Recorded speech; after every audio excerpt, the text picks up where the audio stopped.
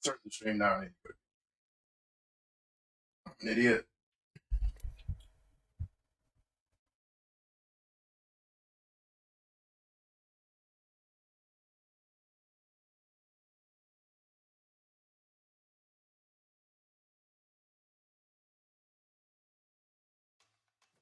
Did you feed it cocaine? I think that's a yes.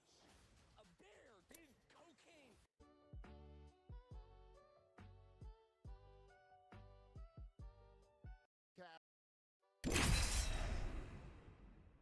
What's up and welcome to another kind of funny screencast. This time we are doing a spoiler-free review of Ant-Man and the Wasp: Quantum Mania. Of course, I'm Tim Geddes and I'm joined by, it's Christmas in February. Happy Valentine's Day, Joey Noel. And running the show today we have the big dog Kevin Coelho. Your father did gift us today.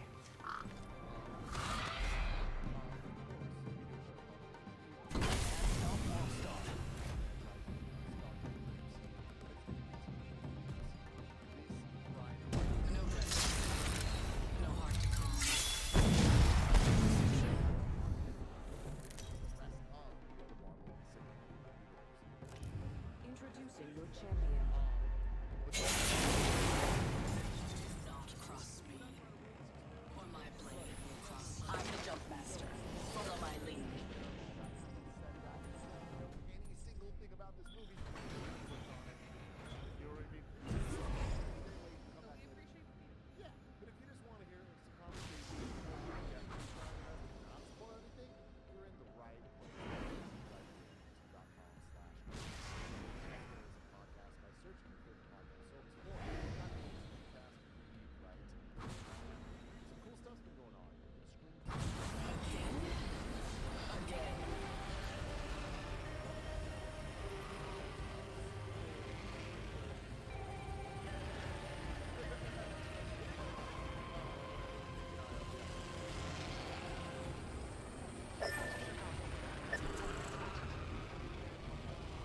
That location interests me.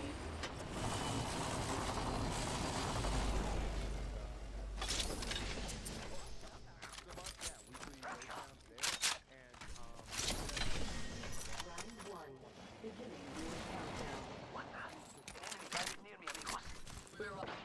Yo, cracked an enemy shield. Down one.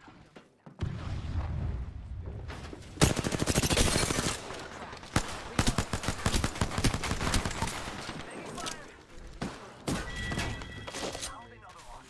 That one counts for the count. You gotta go to patreon.com/funny, just like our Patreon producers.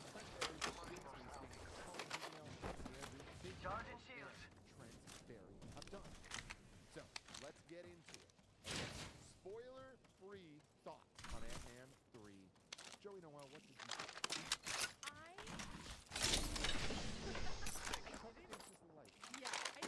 Anybody need heavy ammo here?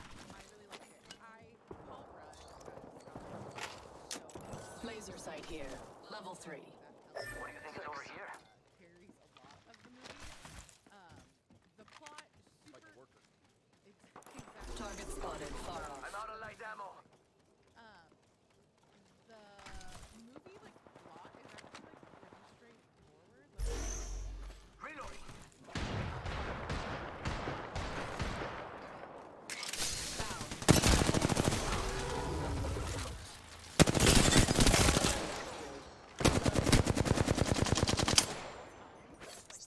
Arc star out.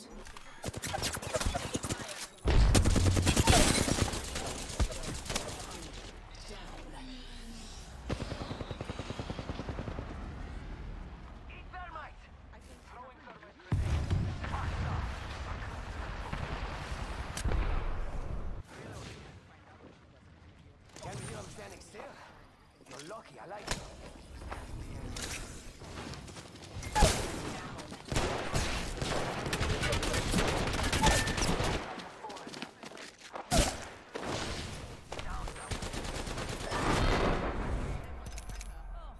Michelle Pfeiffer fan just from Grease too. I know, classic. They're fun. Obviously, we have to talk about the characters. could read me the grocery list. He could read me anything. He's so fun to watch in this. I'm gonna say that I think this is the most fun villain we've had easily since like Killmonger, I would say. And if you want to watch them fight, Joey, do I have the movie for you? Oh man, it's coming up soon. So yeah, I think there are a lot of good performances. I think it seems like to me, it felt kind of inconsequential. Like a lot of things happened, but I don't know that like all of them needed to happen. I don't know. That's kind of where I'm at. I think for me, it ranks very like solidly in like the middle of my Marvel ranking of like, it was fine. Yeah. How you feeling? You know, I'm really disappointed to say Ooh. that this one's not my favorite. Yeah. And going in, when they were first talking about this movie, I had very high hopes, obviously, it being the beginning of Phase 5 now, the reintroduction of Kang, the introduction of Kang the Conqueror. A lot going into this, and I've actually really liked the previous Ant-Man movies, especially doing the rewatches. I feel like I appreciate those movies more and more every time I rewatch them. I love how funny they are. I do love the Watch out. I'll eat you alive. characters that the Ant-Man movies had. And I like how we then like the unique action choreography. This next that match is allowed, goes out to all me fans back on Salvo. They've done such creative things over the last, I don't know, what, 5 to 7 movies that Ant-Man's been in. Yeah. Including the Civil War. Introducing your champion.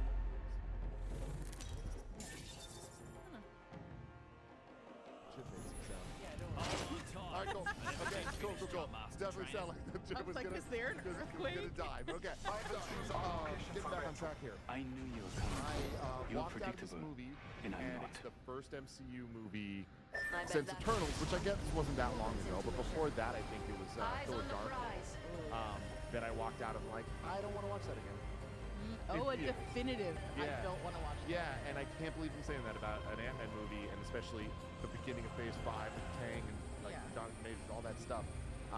And I'm bummed about that. Like, Yeah. I now 12 hours later, I still have that same feeling where Oh, sometimes that's bummer. changed. Like there's been, I remember even watching Thor: Love and Thunder and watching this. I enjoyed that, but I need to watch it again to really know what I think about it, like Yeah. where I rank it, how good it is.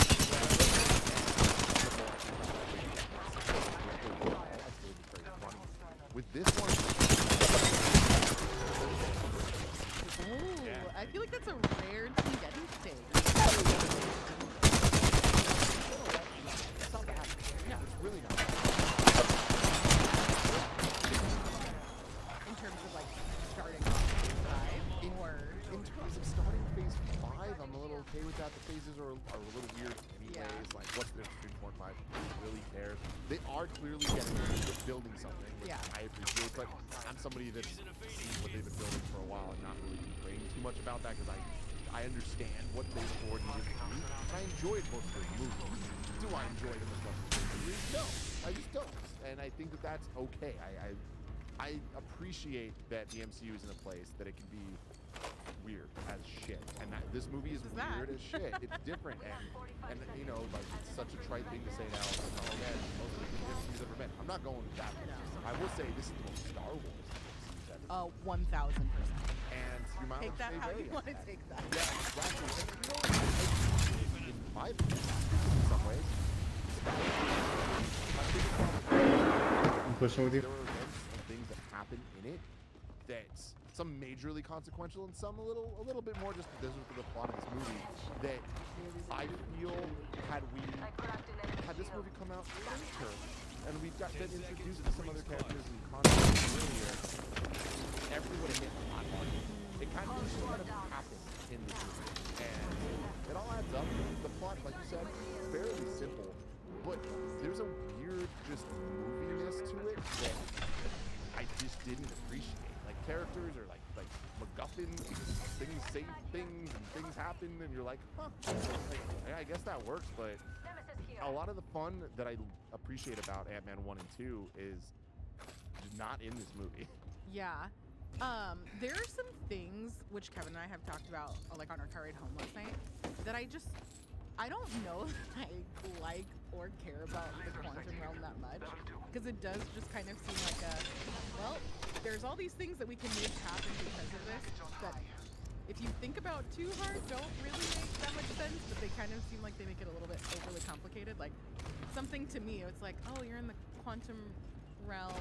Maybe it's too spoilery, but It's rough. It's hard to talk about some of the things that we don't like most about this movie. yeah. But even just like a top level thing where it's like, oh, there's a lot of things going on in the quantum realm, but somehow everyone is just like, I think this is where it gets into Star Wars territory. It's like everyone can just like breathe whatever this like atmospheric thing is, and it's like that stuff like that kind of like pulls me away, where it's like, but that's where I feel like you can't really. Yeah, I will say that the things that you really expect to this movie, Jonathan Majors is awesome, and Morgan, all fucking love. Like, it's so charismatic, no matter what you do. But I think that once you get a little bit past them, easily this is my least favorite supporting cast in an action movie. There are some major misses in my book on things that I would have liked to have seen, and like the Wasp might as well not be in the title of this movie. Someone got res. Yeah, I wonder what they found. just not a huge factor in all of this. I agree with this. Other than Catherine, I do like Catherine Newton and Michael Douglas in terms of supporting cast. In terms of new faces that we're getting, I liked a lot of them. I come this way. I knocked one. I had that kind of same expectation for this with the way that they set it up, and I feel like Yeah, you know, it's hard to talk about these movies because we Alright, I'm with you. get 4 of them a year. And that's the side, but you also have the DC ones, you also have the Elseworlds, you also have the this and the that and the boys, and like, you just get so much really good that for us to be impressed by a Marvel movie, it needs to stand alone by itself. It needs to connect to the things before it. It needs to set a path for the future. It needs to have genuine surprises. It needs to have a bad guy that's sympathetic. It needs to be funny. It's like so many expectations that we're all like, yeah, it has to be all those things. I think it's at such an impossible time to be able to actually hit all those things. But they kind of set this movie up with that promise. They were like, this is the one. Yeah. And it's in my opinion, definitively not the one. I agree. Yeah, I think it doesn't help that they've hyped it the way that they've hyped it, so people are going in with higher expectations, I think, than you would normally go into an Ant-Man movie. But I do think this is like a miss for the way that they've been talking about it. There are some really cool moments. So they just posted right there. I think Behind that wall. now having to balance in all of stuff from the shows, like I feel like we're just getting a lot of Marvel, and so it all kind of starts to feel the same when you get as much as we've been getting. Yeah, and I put my ult here. But I want to hear Kevin's thoughts as well. But before we do that, let's take a word from our sponsors. Shout out to Shady Rays for sponsoring this episode. Look how cool I look. You too can look this cool. Shady Rays have you covered from the sun to the slopes with premium polarized shades, customizable snow goggles, and so much more. Shady Rays offers the most insane protection in all of eyewear. Every pair of sunglasses is backed by lost and broken replacements. If you lose or break your pair, even on day 1, they told us they will no questions asked. They'll also provide 10 meals to fight hunger in America with every order. Meals to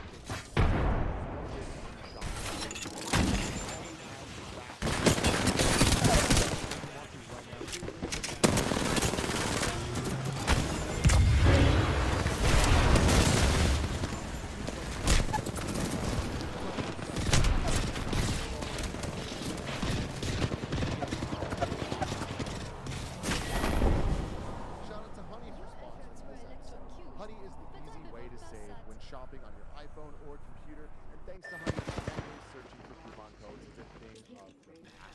And we all know there's nothing better than the feeling of saving money. Honey is the free shopping tool that scours the internet for promo codes and applies the best.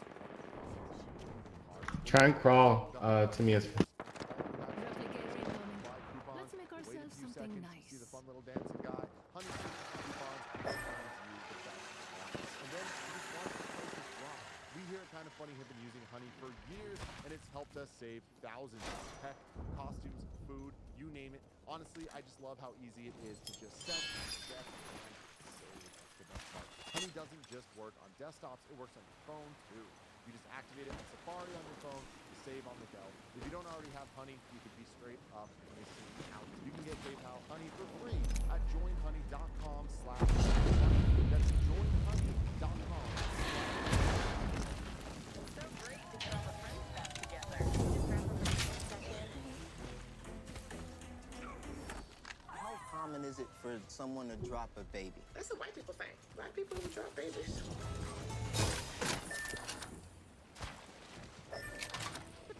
I keep forgetting this. Maybe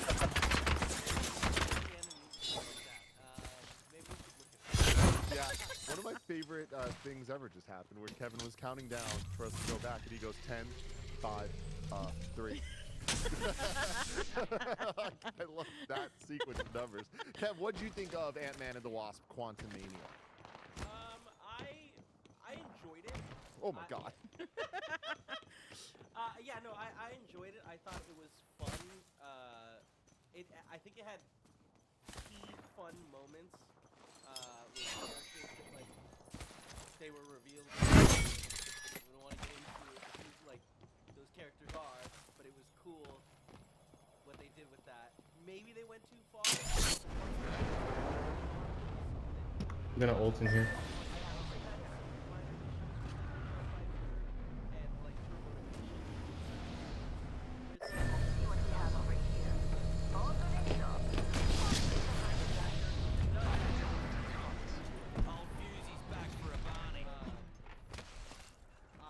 I thought that People pushing. character, I liked a lot of it. I think that at the end, They hopped off. Try and loot, guys. Ant-Man movies Or we can rotate that way. in that, like, top tier of the Marvel movies. So it's kind of, I wish we had gotten. Come to us, Bloodhound.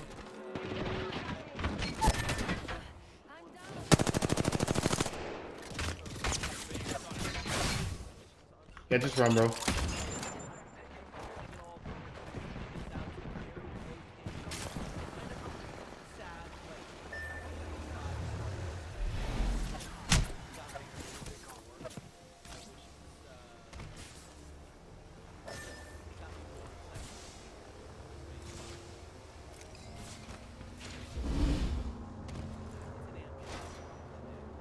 Yeah, I guess that's true. Yeah, and I guess that's one of my biggest problem things. It's like it doesn't feel like an Ant-Man movie in a lot of ways. It's like I think that it feels more like a Star Wars movie and like in vibe. And Star Wars and Ant-Man aren't necessarily the two things I'd like to mix together. And I feel like even in the personality of the movie, like I love the score to the Ant-Man movies. I've talked about it so many times. I love how the score itself can get big and small to match the moments and be funny, be epic, be so many like it's so great.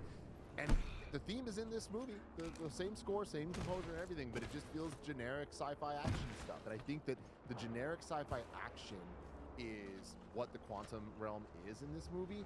This movie doesn't feel like Quantum Mania. No. It feels like Into the Quantum.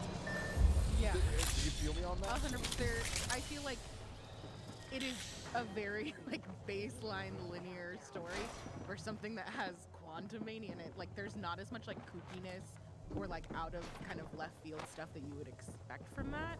Yeah. Like sci-fi space stuff is like even I don't know it's not space but whatever. Replicator on its Is way. also like very much not my vibe, so I think that also adds to like why I didn't really. Yeah, and even more for me, the taking the Ant-Man-ness out of it, like not just the comedy side, but I was talking about the action choreography, where because they're just in this giant CG world, the scale of being big and small doesn't have context to us. So like the moments of Thomas the Tank Engine hitting them in the first movie, or the Wasp fight scene in the kitchen with the knives, and like I mean any fight scene in those movies, there's like a level of cool, unique things. The sense of scale is so out of whack. They do cool stuff. I'm not trying to say they don't. They definitely do.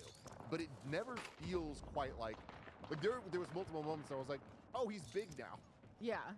It was like, oh, I didn't get that. Yeah, that's so interesting because like you're totally right. Where like he's fighting something, it's like suddenly something Rings nearby and closing in the 60. scale of things Plenty of doesn't time to make sense luxuriate. until like you see it from the perspective of Got all my one better. of the people that's with him is still regular size. Yeah. You're like, oh, I guess it does have the fun factor of like money. Rings in me neighborhood with 45 All the left. cool stuff Beauty.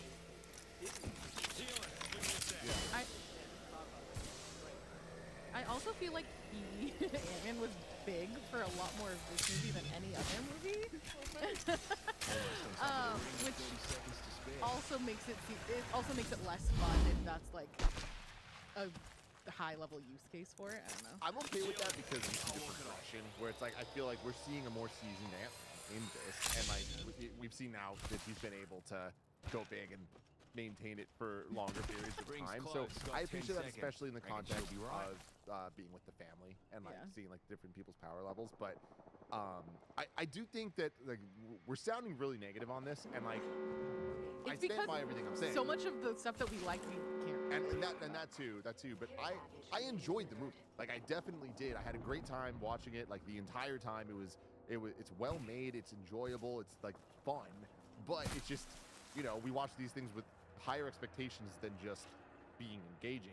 Yeah. That is kind of just the standard we go into. But it does hit that. Like Mhm. beginning to end, there wasn't a single moment that I was like, oof, when's this going to be over? It was Yeah. like, oh, I'm totally here for the ride. I just kind of wish the ride was a little bit different, and I wish it came at a different time. Like, I feel like if this exact movie, had come out when Black Widow came out, maybe that might even be a little too soon. But like, right after Loki, Loki, I think it would have been very, very, very like, oh wow, that's pretty damn cool. And we're building something. This feels like it's a little late for this movie to be coming out. Yeah, I don't disagree. I will say this movie is also, I feel like we haven't really talked about it. It's still very funny. Like, Oh yeah. we laughed. My favorite part is going to these and hearing like the ripple of laughter of like Andy and Nick Yep. were in front of us, and then you and Kevin were like to the left of me, and so it was just like to hear the different points of this movie of like, oh, I 100% expect Nick to laugh at that and Yep. stuff like that. Like, there are some very funny parts in this movie. Laugh but- out loud funny. And Yeah. I think something that's unique about this movie compared to any other Marvel one is that this one is 1 minute, funny I'm because so they're making close I can jokes. damn near But then taste it's the ring. also funny because you're laughing at it because things are just so bad and so bizarre. But they know it. They're Yeah. in on it in a weird way where it's not just like, oh, the CG looks bad. They know what they're doing. And I think that they played with it in Ring a ain't very far. funny She's way. closing in Yeah. 45. It's definitely we're laughing at it with them because they're like, Yeah. But yeah, funny movie. Some cool stuff. Sun Pages again is really great. Like I don't know where I put him on the Almost Ragu on top Bagu of the list ring because with it's like 30 seconds to it's really spare. great. It's just I don't know that it's like an all-time. You know? yeah. I think it's definitely better. Like, he's the best out of the Ant-Man villains. Who was the villain in the second one? I was having a conversation with someone about Ghost. this. But that Ghost wasn't the villain, right? Like, Ghost was being used by her father. Yeah. Remember, villain, like antagonist. She was the antagonist. But there wasn't anyone higher, like, bigger than that? Like, they covered Her that? father's big because he's Well, like, looks like I'm never just looking out for himself and trying a bunch of shit. Wait, And there was it the Sonny government Birch. trying to catch? They also like doing everything right. Oh my gosh. That is so funny. Yeah, I mean, let me put it this way: the bad guys in Ant-Man 2 are like in our Ant on our right. So it's bad. Darren Cross in the first movie, Andy was the only one that truly hated him. Yeah. I don't think he's like that great, but like, Yeah. but on the rewatch, Andy admitted his sins. Oh. Really? Yeah, Oh, yeah, that's he's kind of a come around. surprise. He's not that bad, is what he Yeah. said. Which Not I that agree bad. with. He's not. It's like whatever. So yeah, I mean, it's definitely the best Ant-Man villain. Like Yeah. that's not even a question. I mean, I think that it's a higher tier for sure. Yeah. I just don't know if it's like S It's tier. the highest. Yeah. Yeah. And I think you have to balance the performance and then the villain Yeah. itself. Yeah. And also just like the plot that villain has to work with. Yeah. And I think that's the thing that brings down this iteration of Kang in any way. And I don't even think it's that far down. What time? Here we go. Right. And I'm trying to think what else we can talk about that's not gonna spoil anything. Yeah, Evangeline Lilly was in this movie, I guess. So Yeah, I didn't like her at all. yeah, I will say I don't like her with short hair, which is like such a dumb nitpicky thing. It's not nitpicky. Well, it was like an inconsequential thing to like what this movie actually is. Yeah. I don't like her short hair. Hey, look, Bobby, I'm American. But yeah, overall, like, it's Here's a. I'm sad. Ant-Man and the Wasp, Quantumania. This movie in particular. The Grenado Tornado. Looking at the future. Good old I guess fuse, what do we have? We have Marvels. We have so next up's Guardians 3 What? Crazy. in May. Fuck? July is the Marvels.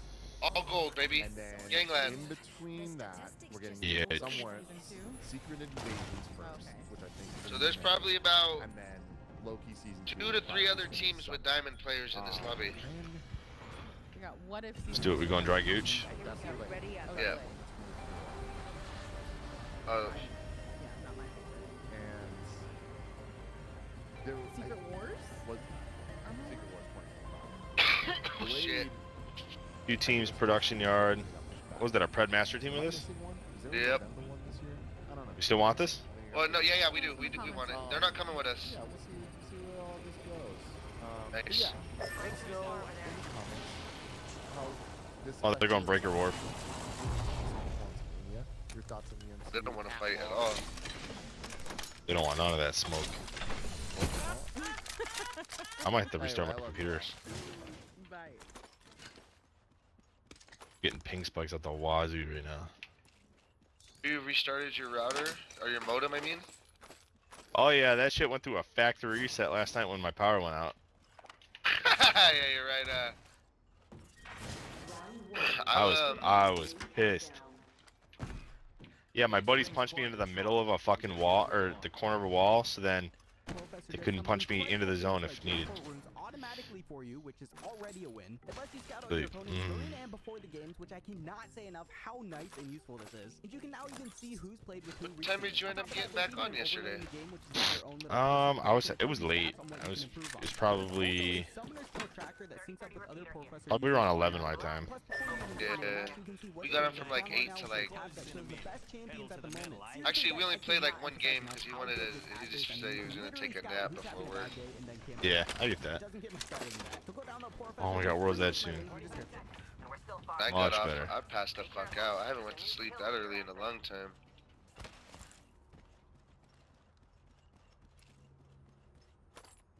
Nemesis here. I'm gonna double white, Jesus. This tax season, we all have a lot going on. Take Ant-Man.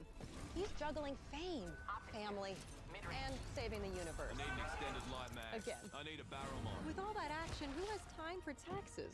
Luckily, Tax Act has the free expert help you need. For problems big or small. As in for Fuse. File for less and get more with Tax Act. And see Marvel Studios' Ant-Man and the Wasp, Quantumania only in theaters. Optics here. Mid-range. I will actually take that. None of us are in the ring. We need to center ourselves there and fast. Shotgun bolt here. Level 3. I might have to pick that up, dude, because Optics here. Mid-range.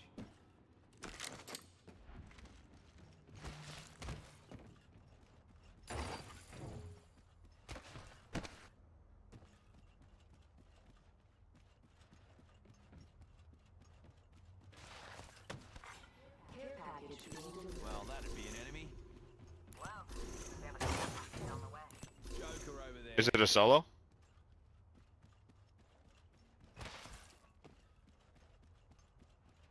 I've got the location of the next care package.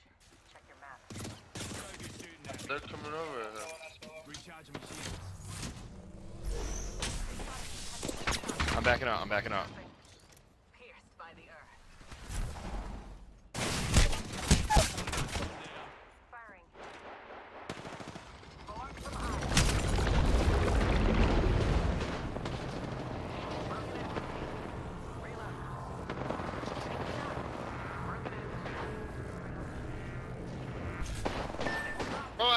I got kids.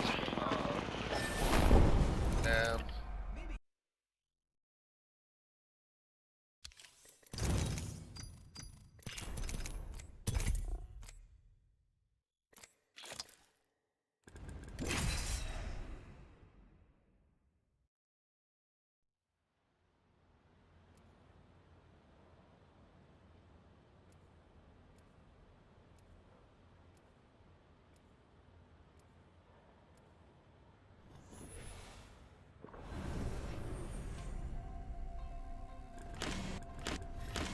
To the battlefield, the Wooting is taking over.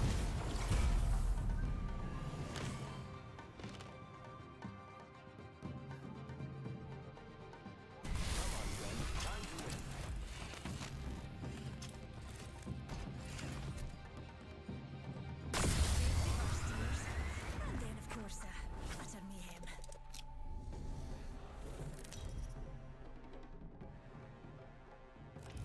Introducing your champion. Remember me, friends. I may kill you. I'm Jumpmaster, but I'm open to suggestions. I'm Jumpmaster. I bless these jump jets. Your girl stuff is not really close to me.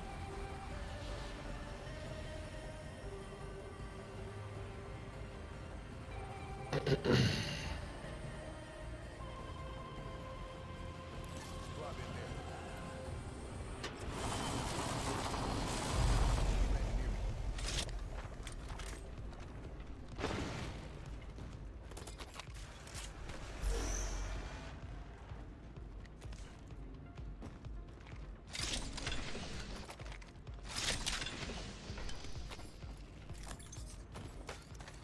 Extended light mag here. Level 1.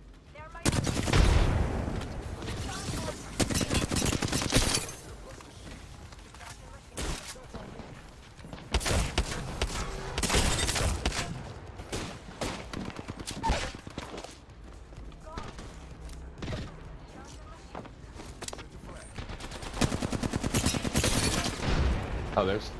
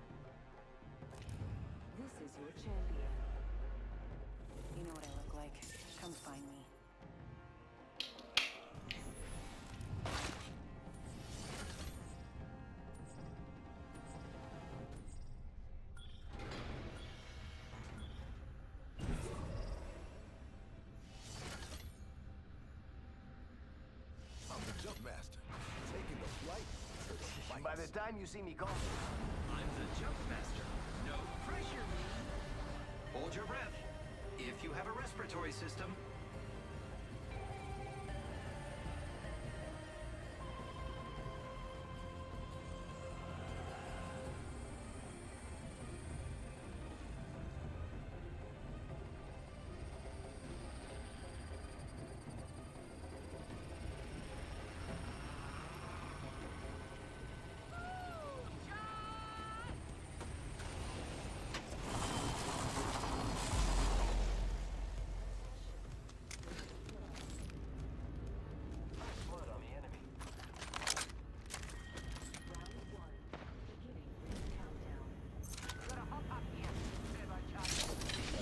Bobby, I got a present.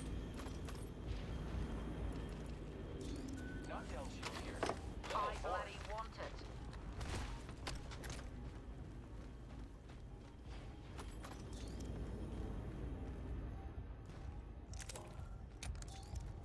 Here I go. Nemesis here.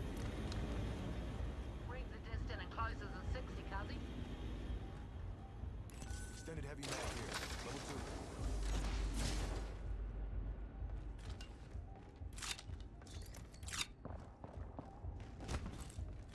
Rings fast. Quick gas mega. Extended light mag Got here. 45 Level 2. seconds here. Champion eliminated. No one reigns forever.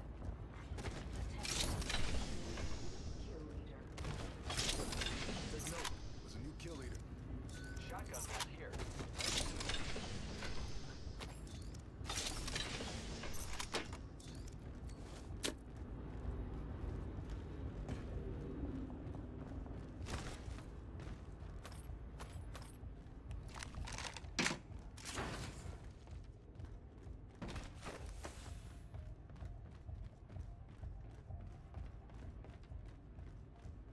Extended light mag here. Level 3. Evo shield here. Level 2. Optics here. Mid-range. I bloody want it.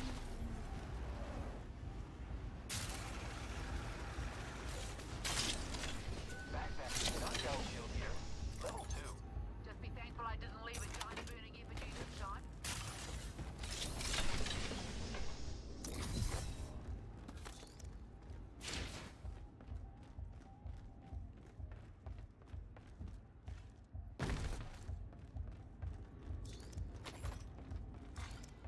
Attention, delivering care package.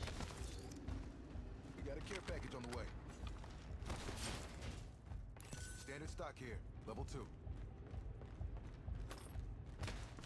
I need it.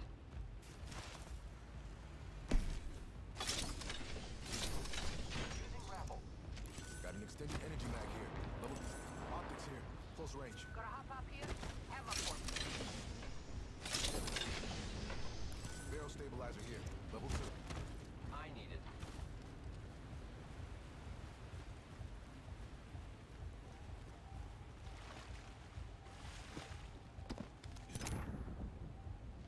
Well here. Come see you through.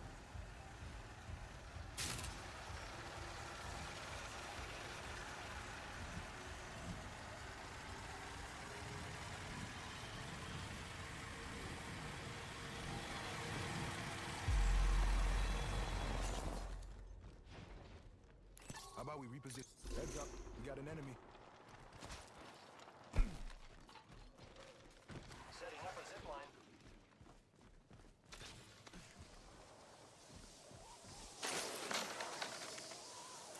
Ooh, in my sight.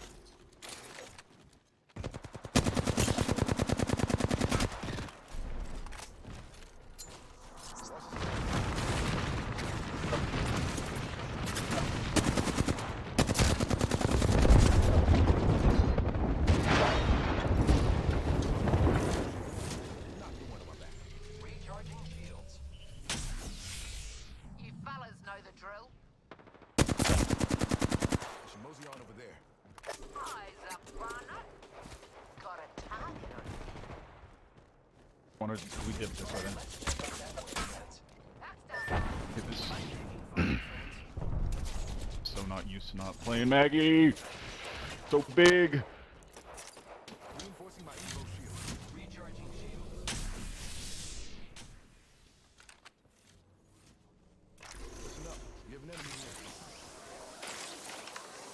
took my zip. We can fly where they just were. Oh, they're flying back.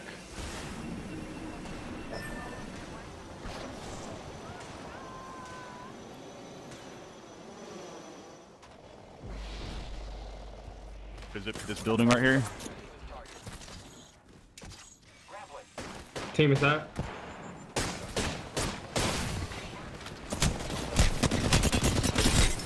Fuck.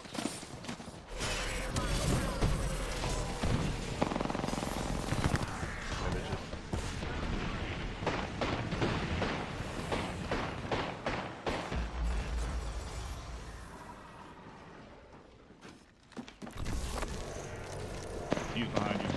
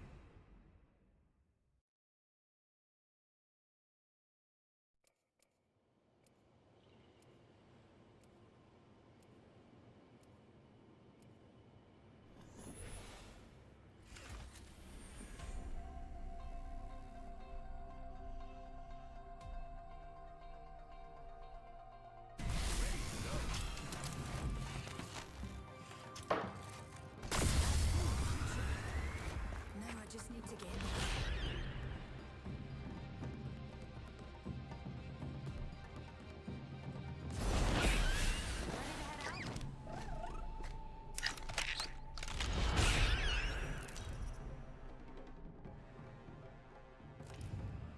This is your champion.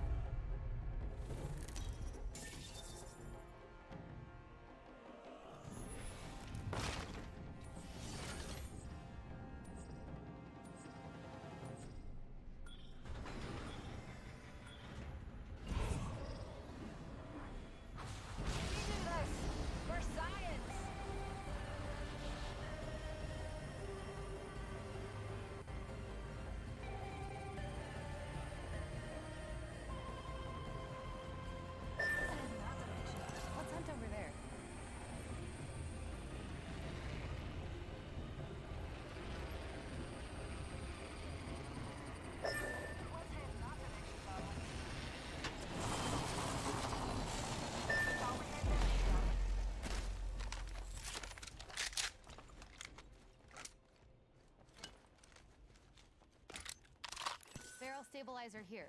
Level 3.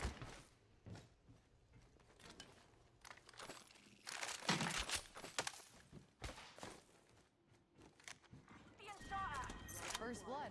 That's one way to find out you're the prey. See you. Next ring's a bit of a match. Taking damage, friends. Firing. Here he is, a purple.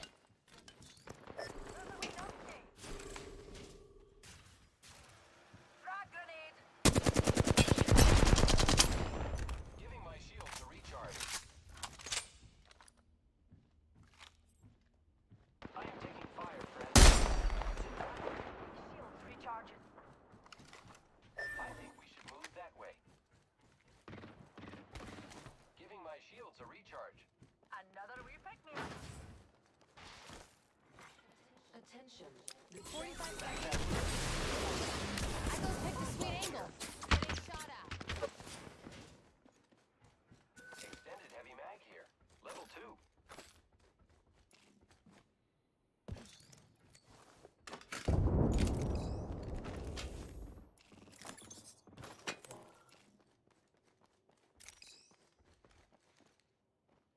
Yep, I...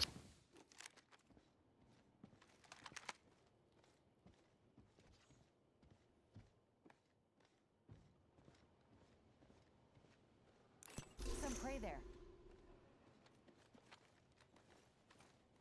Need a wee rejuvenation.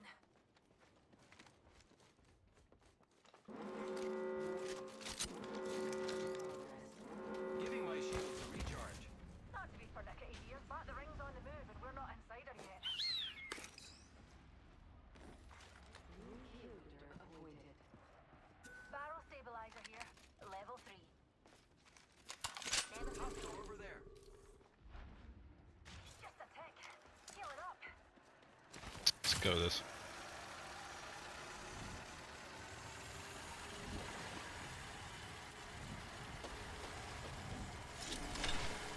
Attention. Daily care package. Care package. Dropping from low orbit.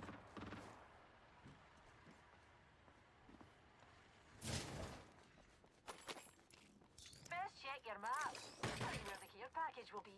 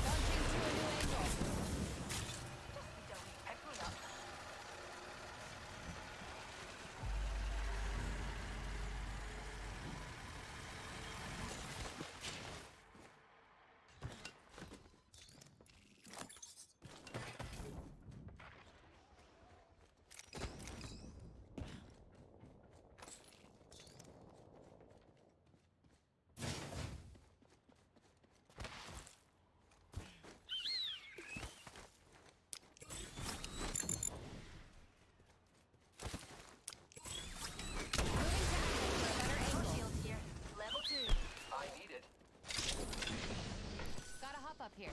Hammer point.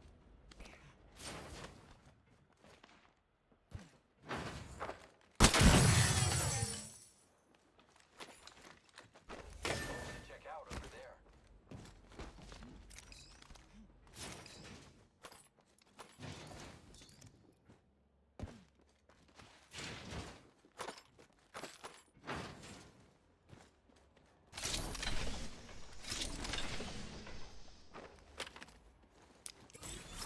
Echo's got an angle.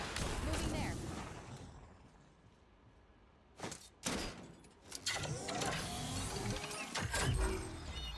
I picked up the enemy scent.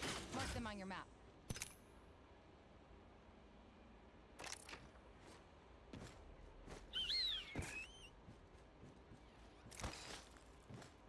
Optics here. Mid-range. I need optics for an SMG. That's mine. Getting a fresh angle.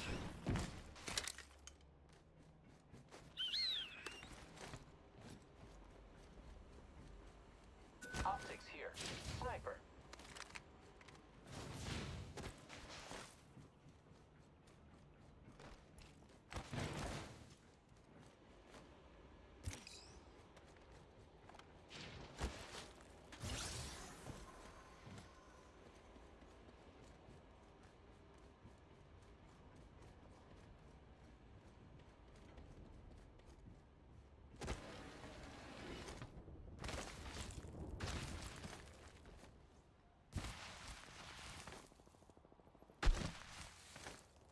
Zip rail there. Huh. People work really hard to not walk.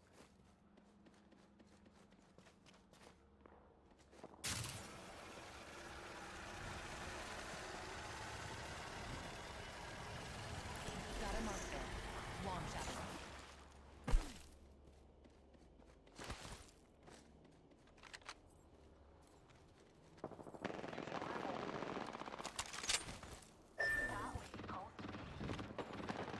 Had some prey.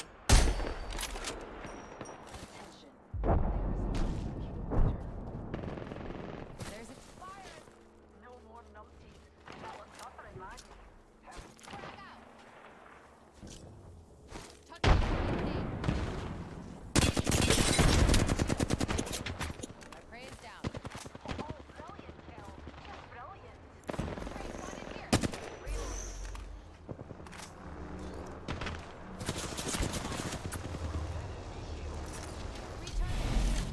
White shield them.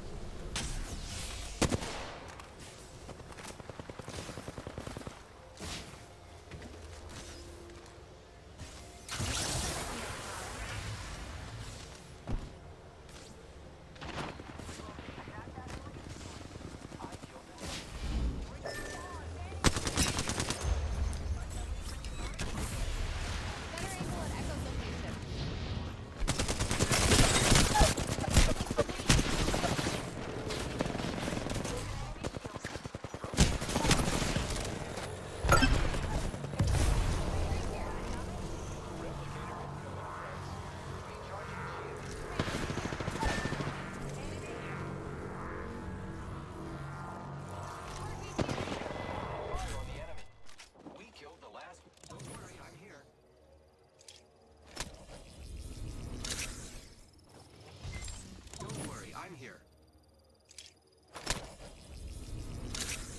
No, you're good.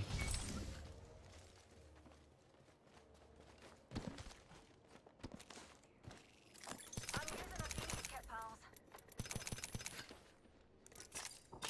Watch my back. I'm healing. Recharging shields.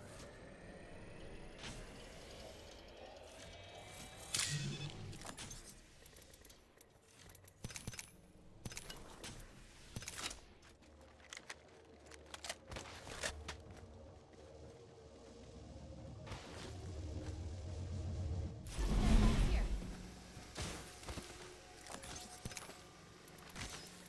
I'm gonna grab these other ones over here. There's a lot of shit.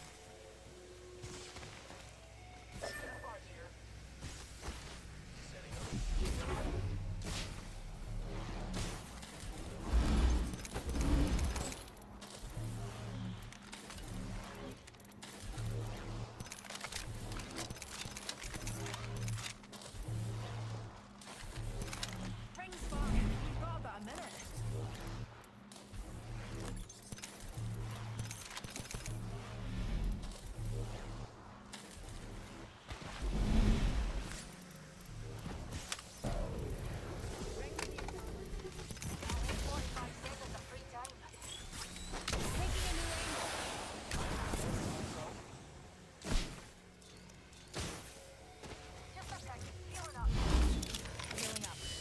Only 30 seconds left on the clock. The ring's close. Repairing my damages.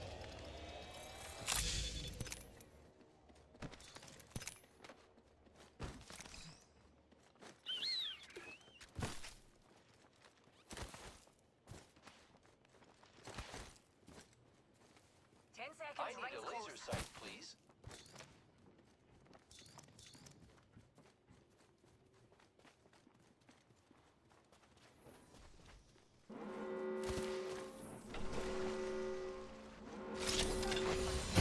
Barrel stabilizer here. Level 2.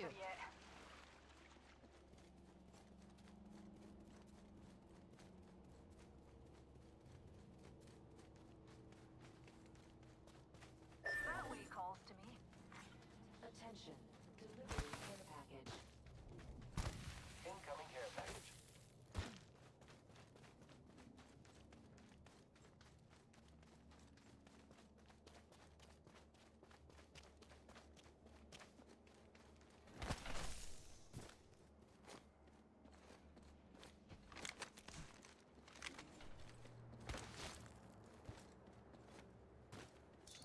Zipline to board. Shield battery here. I left a gift in your map. The location of a new care package. Kraber.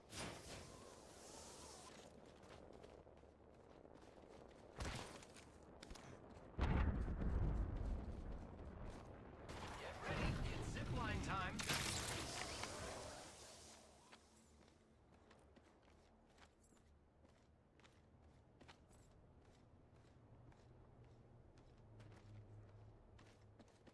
Got the Kraber.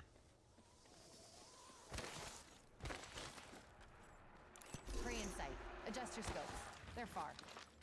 Target there's got level 3 shields. Running with a full squad. Out to go. We're all inside the ring. Some prey there. Fantastic. Prey there. Wrapped in level 3 shields. I am taking fire, friends. Hit him for 65 with that nade. Behind me. 40. You guys should push. 140 again.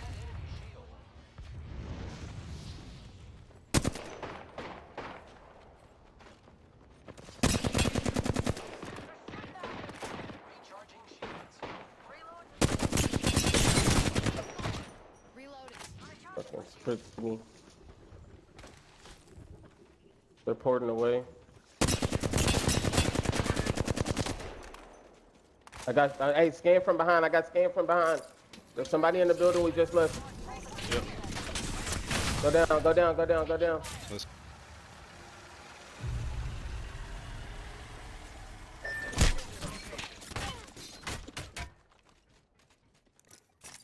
Recharging shields.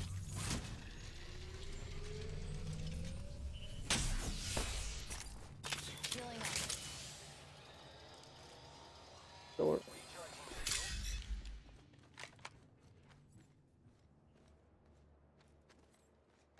Recharging. Care package over there. Healing up.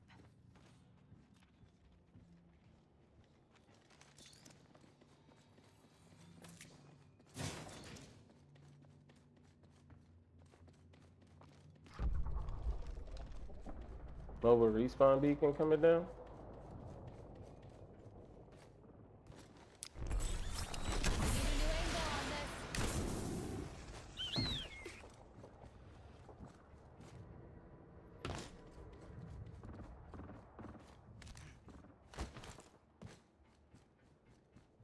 Where'd it come down at? They just used it somewhere this way. Enemy spotted. The enemies are shooting at me. Cracked an enemy shield. Got them. Incoming care package. I love Pretty loot. fast yourself. Here's a pick me up. Giving my shields a recharge.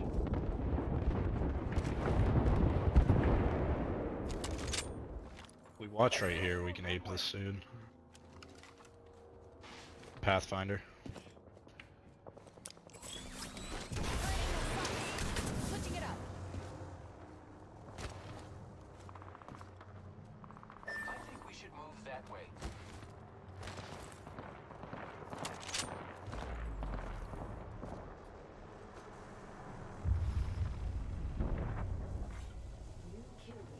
There's a new kill leader. Old one's dead. Got a tag on him. Prey's been tag some prey. Tagged him. Half in the bag.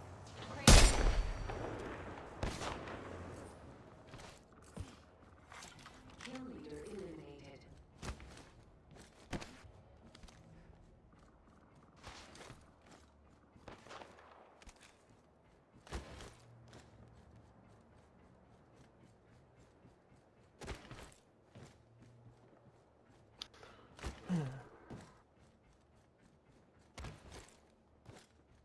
Pick up your feet. Let's go here.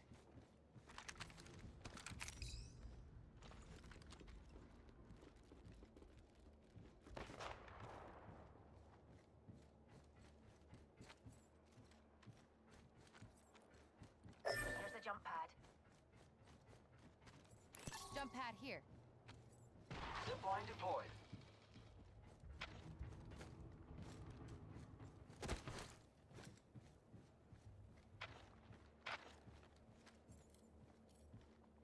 Got prey there stuffed into level 5 shield. Somebody just used this zip on. For now. Prey sighted there in level 5 shield. Fire, friends. Cracked an enemy shield. Opening fire on the enemy. Got them. Oh my god. Yeah, scraping people. Hit somebody for 36. Got a tag on him. Target there in level 5 shield. Downed him. He's down. I have my R9 now. We're already inside the next I'm gonna get grab. Good shit, boys, good shit. Impressive kill. Watch right here.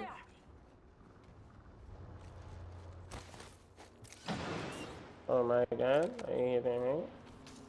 Hit that pad. shields on prey there. Full squad. Level 1.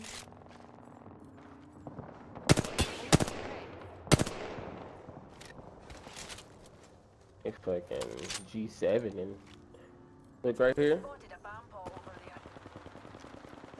Opening fire on the enemy. He's in storm, he's in storm. Get him out.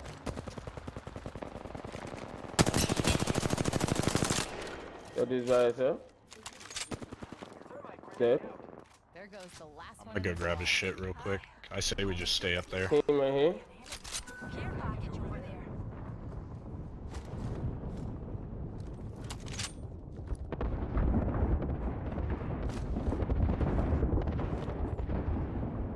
Does he have heavy ammo by any chance? No. Uh, Alright, I'm coming back up. Oh, there's a guy.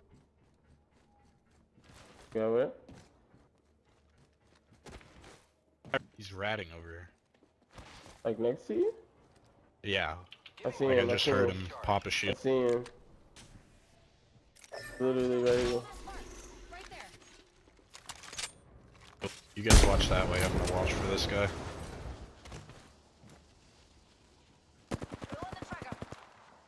Who's got the crab?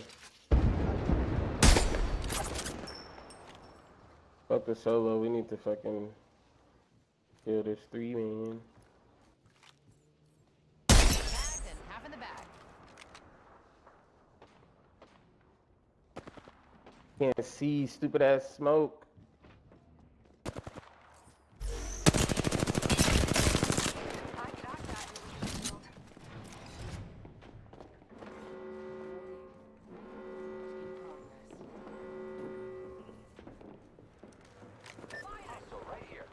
I hit that dude for 36.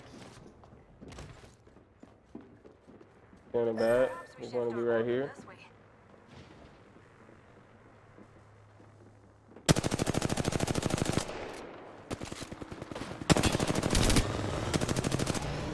Reloading.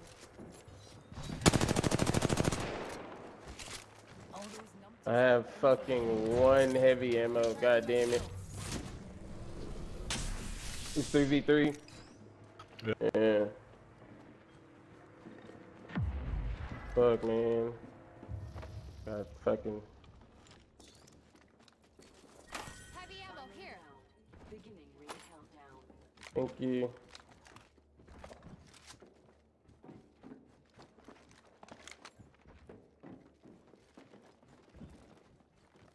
Rings nearby and it closes in 45. Why wait? Let's go. Fucking. Who's ready to fly on a zip line? I am. Loba Pathfinder Bloodhound.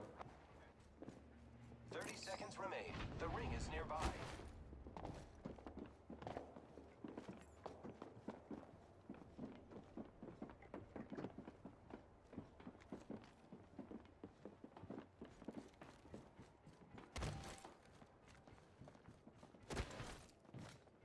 Yes. The ring's close. 10 seconds.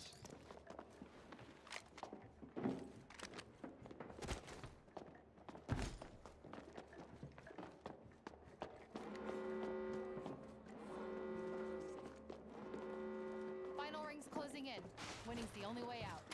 For us.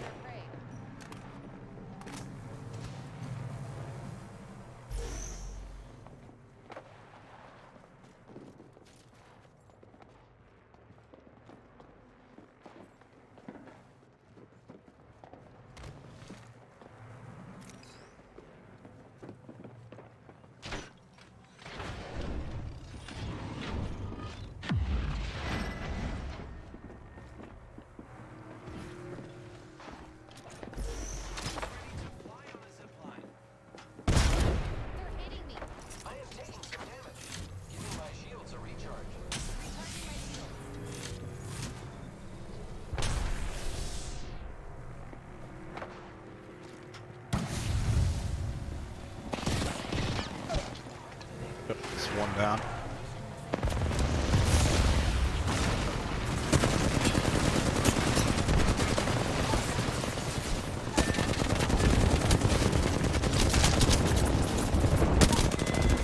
Good shit. GG.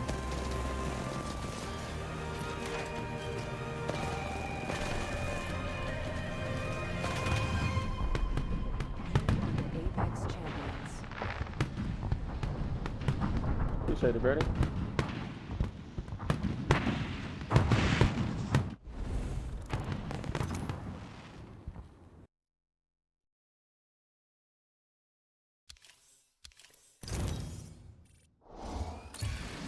I ranked up. I did it for my mom.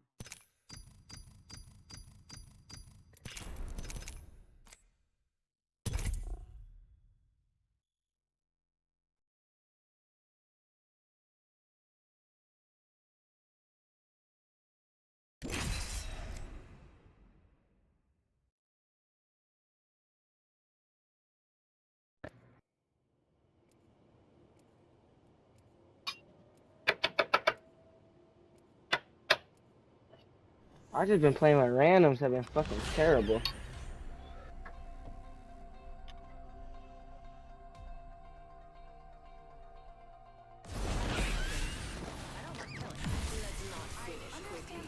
Where's the fun in that?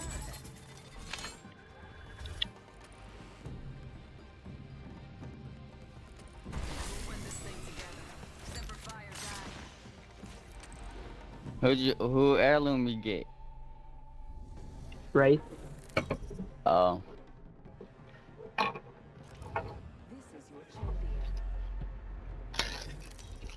I should have got Bangalore's though. That was a mistake. Coulda got octans, coulda got bangs. I know, but the people I play with, they run Octane, so I can't really. Oh. Ain't no planner. I see you came unarmed.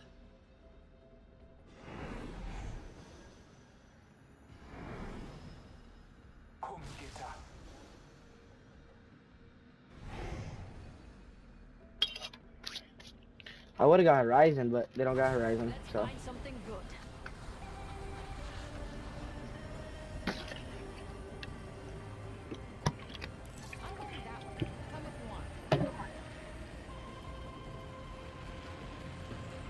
Alright, bruh. I got work at 4. I'm trying to hit plat 3 before I gotta fucking work. But I'm already flat 3. I know, bruh. I was about to be plat 3, bro. I went on a fucking. Oh! Whole team on me, bro. Don't you fucking die now. Don't you fucking die right now. Hop in.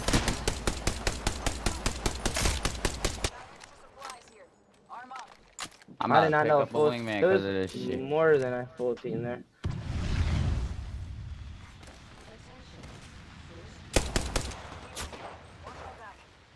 Do it again, bitch. Shoot at him again. Ah, smack your ass with this wingman.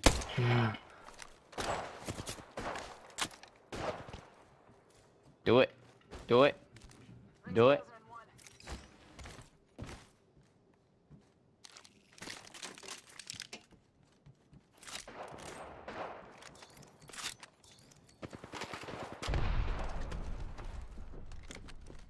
Push him. One side. Recharging shields.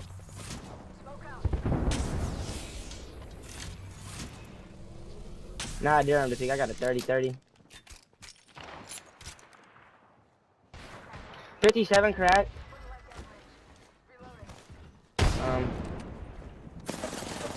Are we pushing? Okay.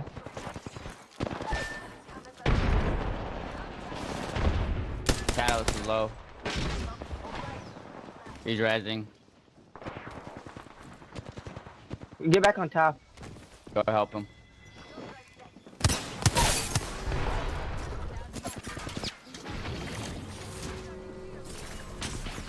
Cracked. 1 HP. Dead.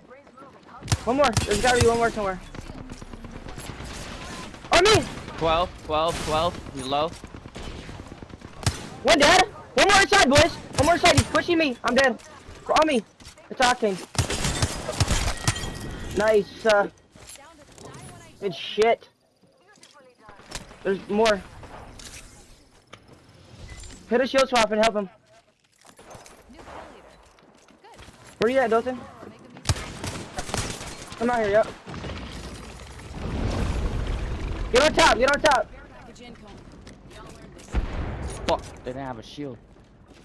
One should be right here. Up on top, right here. This one should. Where, are they inside?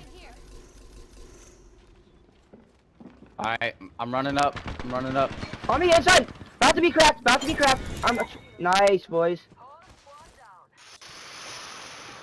I need a fucking white meds. Boy, you gotta stop screaming in my goddamn ear, boy. I need white fucking meds. Ow. Let me turn my shit down.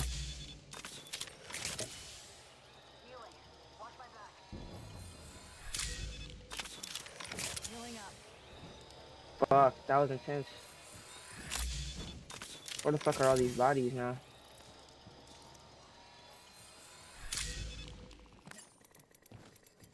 Alright, bruh. I need some heals. I just found some stems. Watch my back.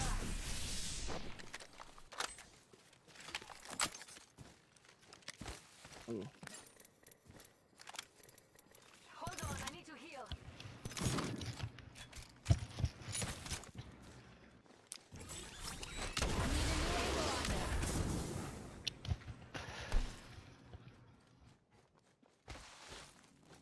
Hold on, I need to heal.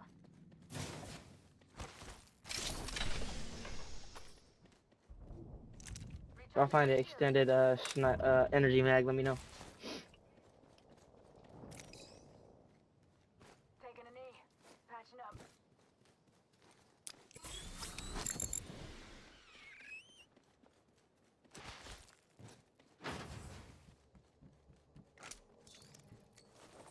Arth, extended light mag here. Level 1. I just picked off the sniper. Optics here. Mid-range. Extended light mag here. Level 2. Oh, circle. Backpack here. Level 2.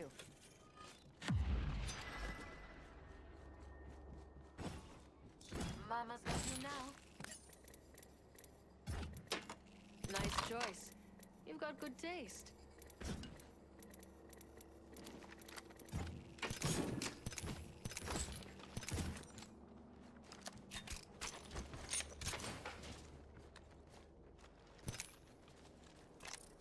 Oh, how much kills do you got, Dalton? I only got 1, but I got 3 assists. Yeah. Is the assist the shaking hand thing? Yeah. Okay.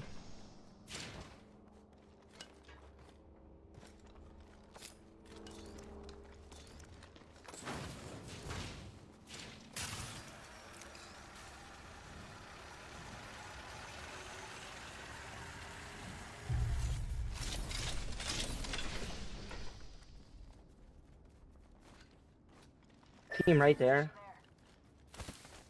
Let's hunt over there.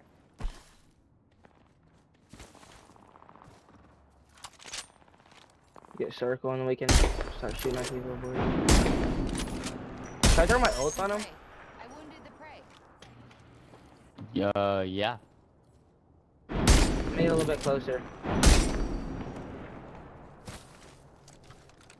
Yeah, this could be nice, actually. They're just gonna run inside that building, actually.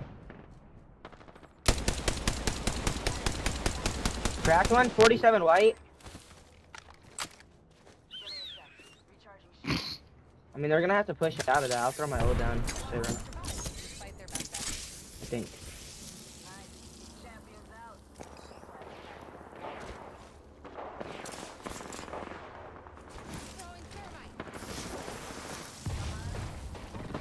I threw my ult.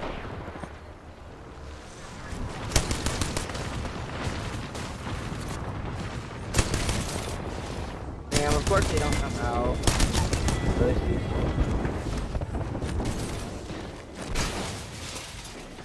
Yo, Vantage, let them come out to us, dog. They gotta come to us. I'll throw a thermite at that. Oh, they threw. Oh, I can't go. Fuck. Bro. Yeah. They were fucking rezzing. They threw their ult.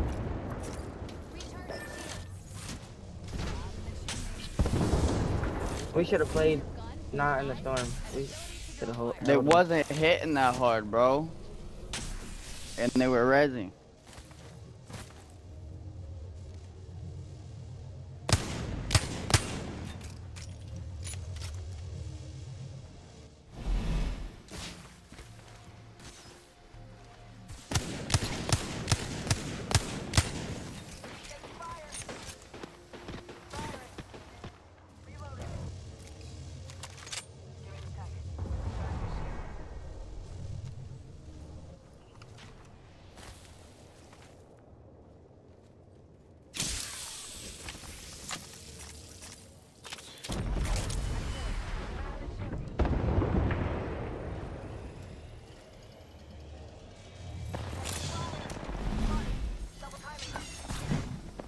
Grab my shit, grab my shit.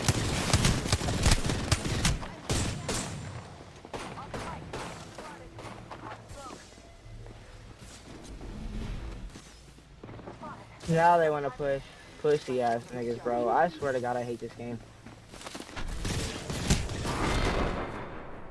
Behind.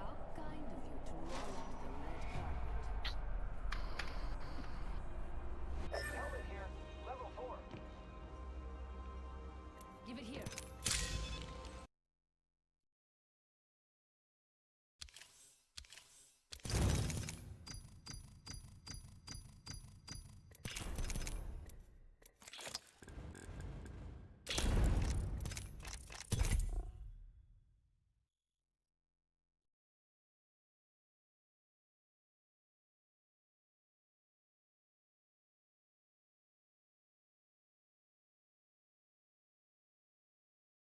Men's Warehouse believes you should love the way you look on your best day, with countless styles fit to you and At this point, I'm not expecting anything first party, even though I would love something Astrobot related. But you know, Greg was seeding some ideas into our minds during that PS11. He mentioned, what if we saw Grand Theft Auto San Andreas VR? Because that's apparently a thing that they've talked about at Meta, and that's the thing that would make me pop, Tim. Of course it would. If I saw CJ, if I see a clip of CJ and then the camera zooms and it zooms into his eyes, and now I'm looking from CJ's perspective. Like, we've been watching you play PSVR 2 in the office, and you're just there like this. Just But climbing. soon we're gonna see you like, Just like side to side. dap it up, CJ. Yeah, what's good, CJ? Oh my goodness. Yeah, I can't wait to see when we get there. But yeah, I hope we get 1 or 2 surprises. Yeah. I'm excited to see whatever we can get here. It's been a while since we've gotten PlayStation announcements at all, so I'm excited to see what they have in store for us. This brings up an interesting question. Does PlayStation join the Shadow Drop? We had Xbox with Hi-Fi Rush. We had Nintendo with Metroid Prime Remastered. Introducing your Chia. I think Chia gets Shadow Drop. That's the Breath of the Wild inspired Chia Fest. It's the one where where at some point you turn into an animal. You've seen trailers for it. If you saw a trailer for Chia, you know what I'm talking about. I'm the Jump Master. Somebody in Jump the chat this says way. Bloodborne. Yeah. You're dreaming. Somebody says RE4 demo. Honestly, Not out the realm of possibility. That is actually That's a really good point. very hyped for games. You got me hyped. Hell yeah. I'm putting it as a lock. Everybody, there's 2 things I know for sure. One, we're going to get a Resident Evil 4 demo today on PlayStation Network. And 2, this June, PlayStation will return to the Shrine Theater in LA. Live in front of 7,000 people. Tim, do you know what I hope is a lock? Konami showing up at E3 this summer with Metal Gear Solid 3 Remake, because today's stories include reports of Konami's E3 plans, Shinji Mikami leaving Tango, and more, because this is Kinda Funny Games Daily, each and every weekday at 10 a.m. live right here on youtube.com/kindafunny and twitch.tv/kindafunny. We run you through the nerdy news you need to know about. If you're watching live, you can correct us when we get stuff wrong by going to kindafunny.com/you're-wrong. If you don't want to watch live, you can watch it later, youtube.com/kindafunnygames, or you can listen later on podcast services around the globe by searching for Kinda Funny Games Daily. Remember, you can use Epic creator code Kinda Funny on all Epic Store and Epic in-game purchases like Rocket League and Fortnite to help support the channel. To be a part of the show, head to kindafunny.com/KFGD to write in with your questions, squad ups, and more. And remember, patreon.com/kindafunny will get you the show ad-free, plus a bevy of bonus content. Housekeeping for you. Again, I said I woke up excited because of the PlayStation gameplay. I also woke up excited because I was thinking about the new episode of The Blessing Show that's premiering this Monday, right after KFGD. It is. I've now seen one of the finaler versions. I haven't seen the final version, but even the version I saw that was like draft 1 has me very excited for people to see this episode. It is my favorite episode that we've made so far. Now, bless luck. What up? You can hype yourself up to the extent that you want to, but I know you don't want to go too far because you don't want to come off this way, that way, whatever. I can hype you up however the fuck much I want to, and I'm going to, because here's the thing, Les. A couple days ago, I don't know if you knew this, but I have seen the draft. Oh.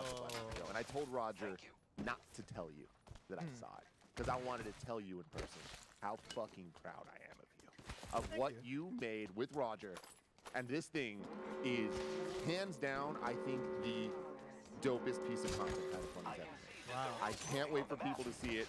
I'm gonna tease even a little further, maybe even a little further than you'd want me to, but I don't give a shit. I don't give a shit, Bless. The people need to know. One of my favorite shows in the world is Patriot Act with Hassan Minaj on Netflix. You made an episode of that show. You made an episode that could have been on the playlist with those shows. You hit next and it plays. It would have felt right at home. Y'all ain't ready for Monday. I don't want to talk too much about it because I don't want to I don't want to spill the beans. I want to keep a lot of it as a surprise. But yeah, that was the vision, right? You pulled it I'm off. also a big fan of You did it. Patriot Act, and I was like, this is my vision for the Blessing Show. And this is the one where I'm like, I feel like we finally did that. And so really did. Tune in right after Kind of Funny News Daily this Monday. It'll be up on the YouTube premiere. The stream will the regular schedule will continue after that. So KFG, then Blessing Show, and then the stream. So get hyped for that. Tonight, Greg and Stella are hosting the 26th Annual DICE Awards, and you can watch on IGN. The awards are voted on by your favorite developers, so this is the only award show where peers recognize peers. Catch it tonight on IGN, Twitch, YouTube. And then later today, we'll be reacting live to today's PlayStation 6 full show breaking down everything we just saw. That's happening today at 1 p.m. Pacific Time, Twitch, and YouTube. Thank you to our Patreon. Today, we're by but we'll tell you about that later. For now, it's time for the news. We have 5 stories today. Starting with our number 1, Konami is set to bring a new Castlevania and a Metal Gear Solid 3 remake, according to a news report. This is Ocean X. New report to reveal a new Castlevania and a Metal Gear Solid 3 remake at this year's E3. According to Andy Robinson, speaking to the Video Game Chronicle podcast, Konami is a pretty big E3, claiming that alongside the much rumored Metal Gear Solid 3 remake. Quote, there's a new Castlevania in addition to the Dead Cells DLC game announced at the Game Awards.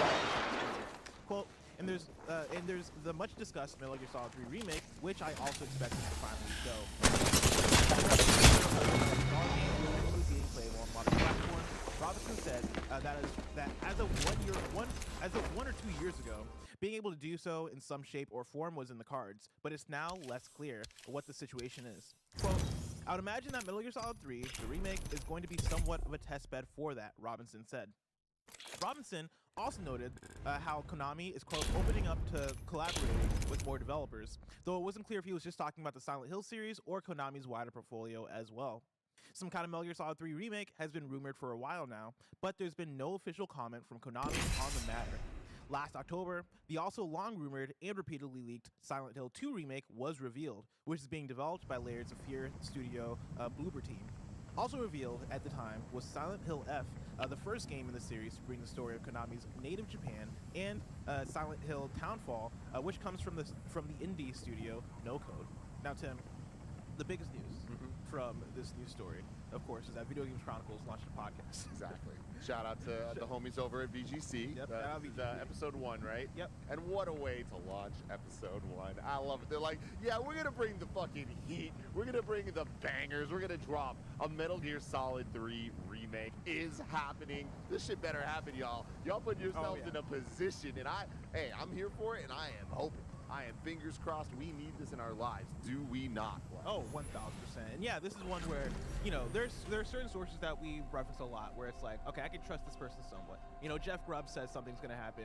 I know that Jeff Grubb has this source, right? If I hear, I would put VGC in that camp. When I hear Andy Robinson or Linda talk about something, I know to some extent they have it. I would say there's a ton of people over there. Eurogamer, Tom Warren, I mean Jason Schreier, of course. There are certain names that we go to in terms of, okay, this person, right?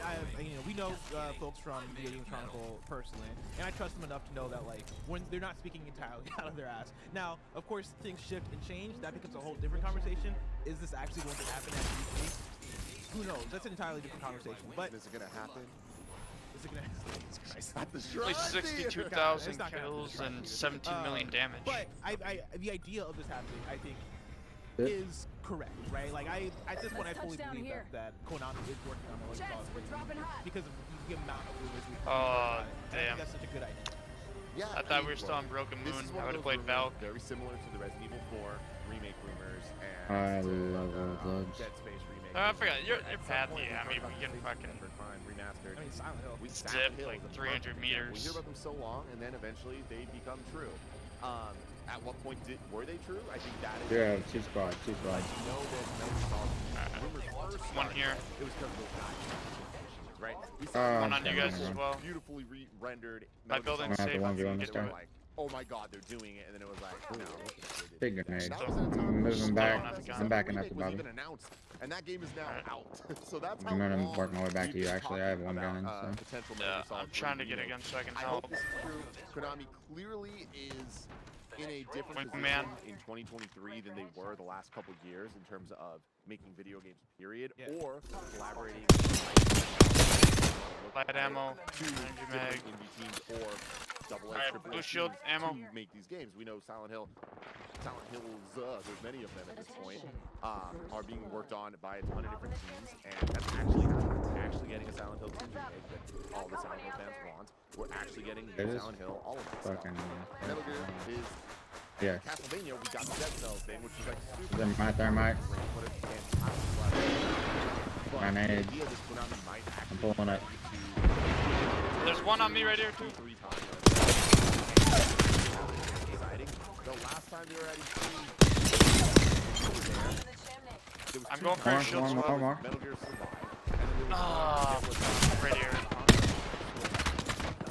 Ooh, I got the swap, but I'm stuck on a box. Oh my god, no. Ah, I couldn't jump over that stupid box. That team drilled me having one shot on the way back. There's so many angles to tackle this from.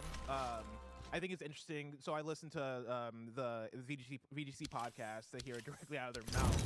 And while talking about it, Andy Robinson was talking about how Konami really wants to bring back a lot of their big IPs in big ways, right? And Silent Hill is probably the template to go to in terms of, oh yeah, we have the Silent Hill 2 remake. We have and that's being developed by the layers of Fear Studio. We have Silent Hill F. We have Silent Hill Townfall, right? They are bringing back Silent Hill in all these different ways, and it's not just Konami working on Silent Hill, right? And like, did you say there's a movie? Right? I mean, sure. I mean, I feel like there's always a Silent Hill movie. Yeah, exactly. There were before, but I'm pretty sure they announced they're making a new movie as well. Gotcha. And so, yeah, like, I think for them, that is their first toe dip into, let's get back into video games. And if that is the template to look at in terms of how they approach Metal Gear Solid and how they approach Castlevania, I think with those IPs, you do want to play more careful than Silent Hill. I think Silent Hill is a good, let's just throw shit at a wall and see what sticks. I don't think you want to do that with Metal Gear Solid because that's a bit more precious. I think people would be a bit more judgy with how you handle a Metal Gear Solid, especially because it's going to be without Kojima, right? And so I think that part of it is interesting. I think the other part of it being interesting is them coming to E3. We've been talking about this the fact that E3 doesn't have PlayStation, Nintendo, or Xbox. I think just last week we were talking about Ubisoft announcing that they'll be at E3 if there is an E3. Konami, Literally, that's what they said. yeah, that's literally what they said. Konami coming back to E3 strikes me as it kind of makes sense, right? They've been out of the game for if they're going to be out of place. I mean, I don't think Konami's missed an E3. Like, really? They were at the last one that we were at. Like with the Contra game you're talking about? Oh, okay, gotcha. But like in a big way, though. Well, I mean, what does that even mean? Konami used to have press conferences back in like 2012. Like I remember Mega 64 like hosted one of them when they talked about the transference of Zone of the Enders going from PlayStation Vita. You remember this shit? Shit was wild. What a different time. But I mean, they haven't had major presence at E3 besides just the booth, like having games for journalists to play. And I guess my thing is now that the world is different since Konami had a big E3 press conference. I think that's what's where I'm coming from, where they do have the option to do something on their own. They did the thing on their own with Silent Hill. They do have the option to go to Summer Game Fest. I think E3 makes sense because Konami is still they've been on sabbatical, right? They've been out there with the pachinko machines, doing things in other places, making more money than they probably would do with video game software. But like, I feel like that them coming back into like the gaming software side of the industry, they probably still have that like very strong kind of like thought process to them, where they're like, well, we know E3, like we did the Jeff Keighley Game Fest. I'm a little. First off, like, had a realization that Konami Nintendo directed before Nintendo directed. Because their showcase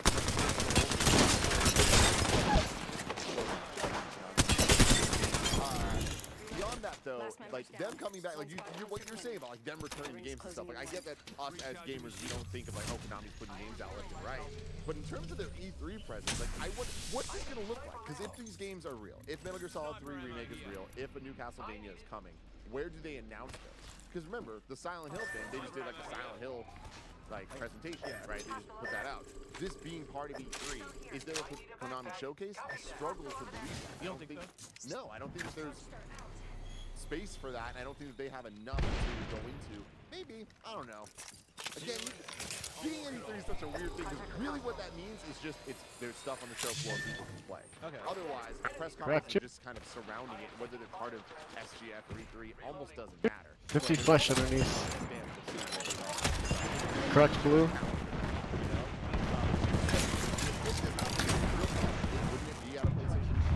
I think most likely. I think if it's just a new Castlevania game and Metal Gear Solid 3, the remake, then I think you see those out of and then you see those.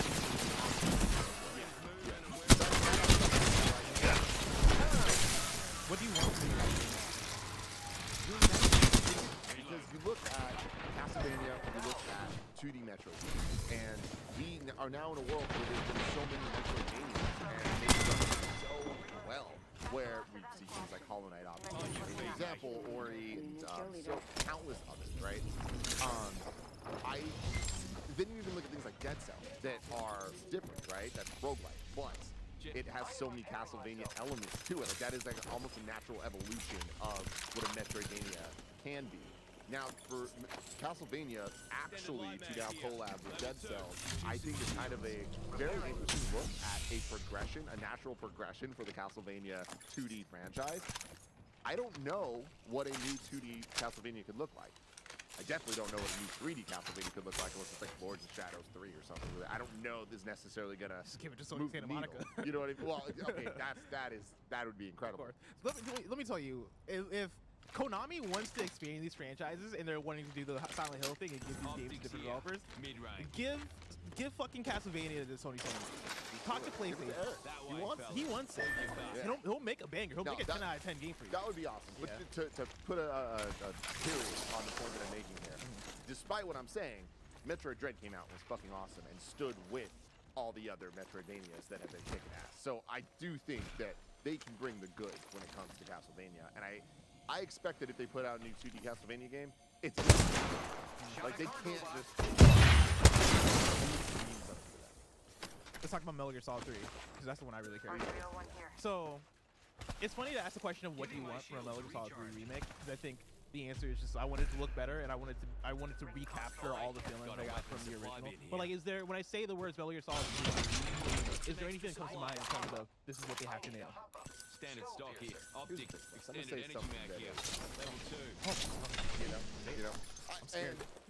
And I mean this just all relative to each other.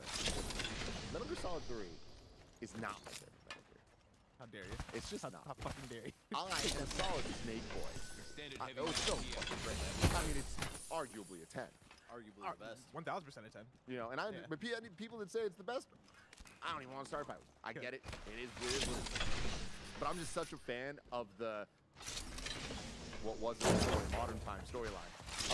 The like 2005, 2009 Solid Snake adventures, Metal Gear Solid 4. That's the stuff I've always been here for. Let's go back to the past and like have a fucking clone story and all this stuff. Best story, period. Metal Gear Solid 3. And I think that's what's interesting here is like what do I want more than anything? We're getting some test colors here. I don't know if that's good or bad. The show must go on. Okay, good. But I would prefer if they did Metal Gear Solid 1. What I really would want is a Metal Gear. Like remake the Metal Gear game. Metal Gear and Metal Gear. I mean, of course. Yeah. Like start the story that way and go. But what excites me here is if they're going to remake Metal Gear Solid 3, cool. Start at the beginning. Hopefully they'll eventually Resident Evil style remake all of the games, and I'm okay with them starting chronologically for this because at this point I feel like that's how the Rezzing sees the storyline is beginning with Big Boss. I, as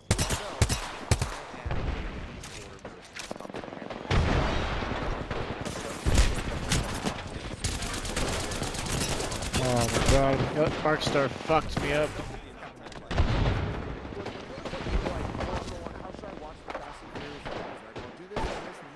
No, you stupid. Just watched it as they came out. God damn it. All right. But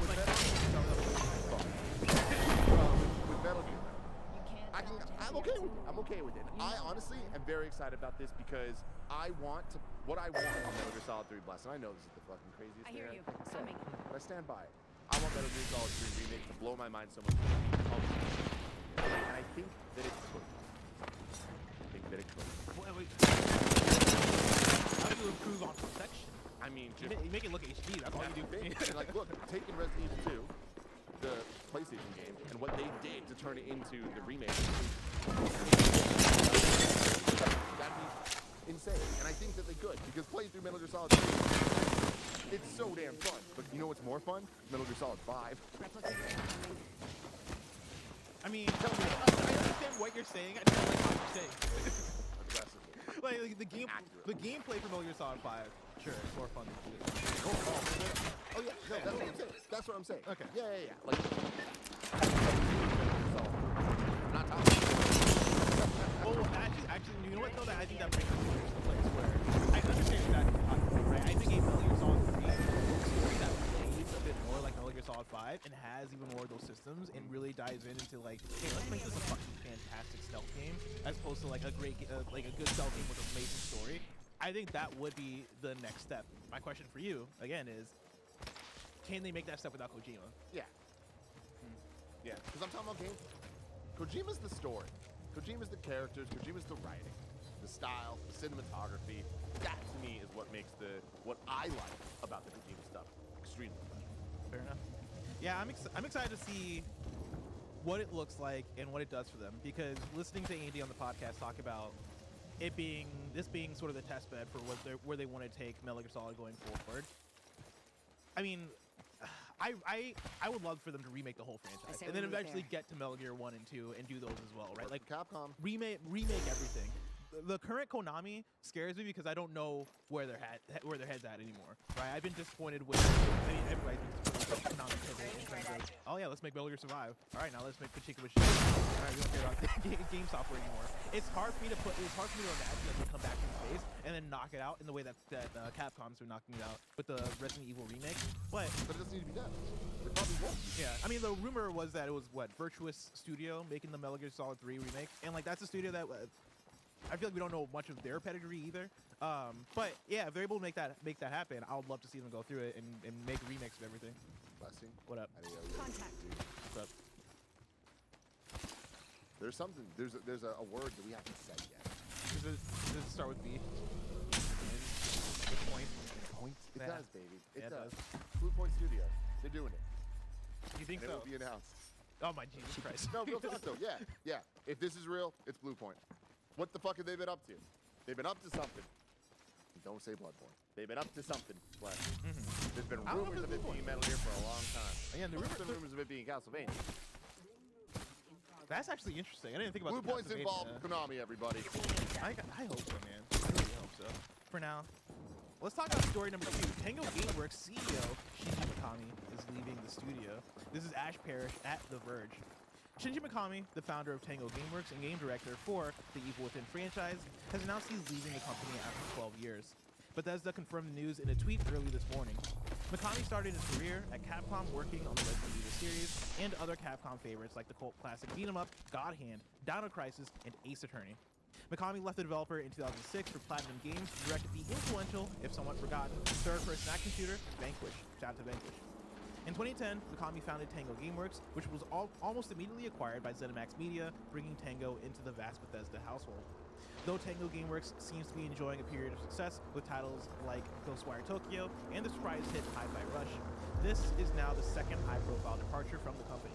Ikumi Nakamura, who worked on the Evil Within franchise and became an instant celebrity for her quirky cute E3 2019 presentation, left the company in 2019 to start her own development studio, Unseen. In its announcement of Mikami's departure, Bethesda wrote, quote, "We wish Mikami-san well for the future and are excited by what lies ahead for the talented developers at Tango." End That's a big departure. It is, definitely. I saw Imran tweeting about this, and what he was saying really adds up and makes a lot of sense, where essentially this has been the plan for a while, but Makami didn't want to. You got trapped right here.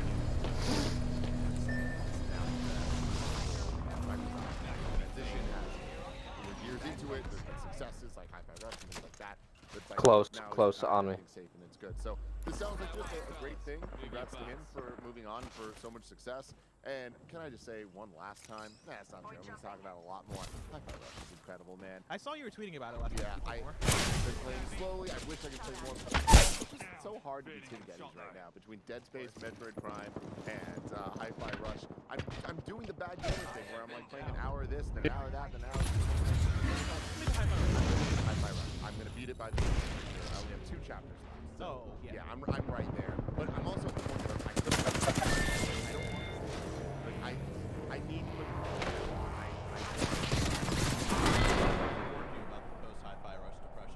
He did, and I'm scared, man. I don't want to come down off of this because I'm enjoying the series so much. But shots been for something like this, and just out to Yeah, for sure. And I think, again, going back to what you're talking about, I think that makes sense, right? Even coming off of Ikumi Nakamura, who was doing Ghostwire Tokyo and then left to do her own thing.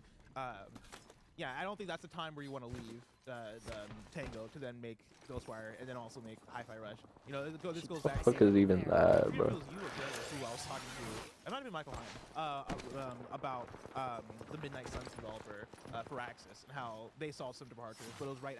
It was last week, which was right after Midnight Suns release, right? That came out a couple months ago. I think when you're coming off of the release, to see departures like this, I think add up in a way where it's like, okay, well, they saw their thing through, right? This is the project that they wanted to see through, and now they're leaving to do their own thing. Where do you think he goes from here? Imran seems like he knows, and if you go follow Imran.com on Twitter, I never. What's his Imran, Z-O-M-D. Z-O-M-D. Inside the next ring. But yeah, he was saying that he has some theories. A team called M2. M2. That's actually the same thing I was thinking. I was trying to find, because like this is one of those ones where you do so many news stories on KHD that like I put them in the vault, and you're just like, and I'm like, oh man, what was the details around that one? And for some reason my thing isn't loading. Maybe Destructoid is down. I can't tell. But M2 was hiring people, I believe, that did work on like Resident Evil stuff. And I think they're like coaching different developers. So like, if Shinji Mikami is like, yo, I'm gonna finally go to M2 because they've been trying to talk to me for a while, I think that could make sense. Tundra Boy says M2 made Resident Evil 3, right? Interesting. Possibly. Possibly. That sounds right, actually. Danger move. Shinji Mikami. I know M2 is Resident Evil related, so I believe that. Well, that's awesome. Yeah. Potentially. Yeah, I'm inside the next ring. What do you think? What do you think Tango Gameworks does after this? Do you think they go back to Evil Within 3? Do you think that was a Shinji Mikami joint? Yes. I think we get well, I don't know. Yes. I think we get a Evil Within 3, for sure. I also think at this point we're going to get a Hi-Fi Rush 2. I really hope so. I really hope so we get a Hi-Fi Rush 2, because Hi-Fi Rush 1 is goddamn good. Tim, before we go into our next story, all the people out there know about Might be something good this way. / Kind of Funny Games, where you can go, you can get the show ad-free. And speaking of ads, let us tell you about our sponsors. Shout out to HelloFresh for sponsoring this episode. Remember those New Year's goals you promised yourself you'd stick to? Well, HelloFresh is here to help you eat better by delivering fresh ingredients and easy recipes right to your door, taking the hassle out of dinner.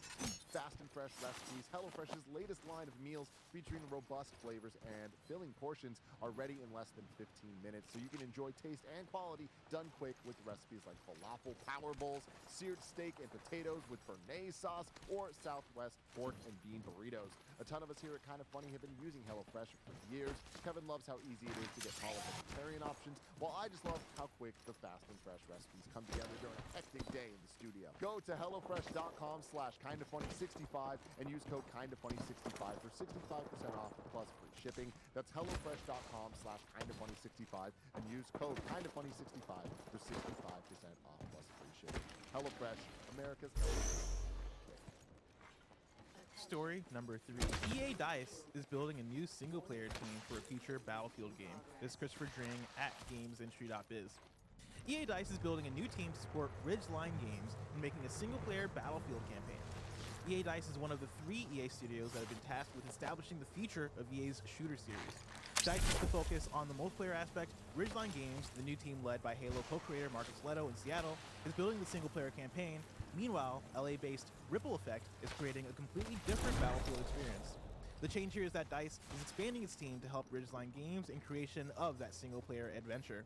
Quote, "Our decision to build out our single-player team here at DICE is a proactive approach that arms our global teams with the resources they need early on as we look ahead to the next Battlefield experience," said Rebecca Kutas, DICE VP and GM, in an interview with GamesIndustry.biz last year.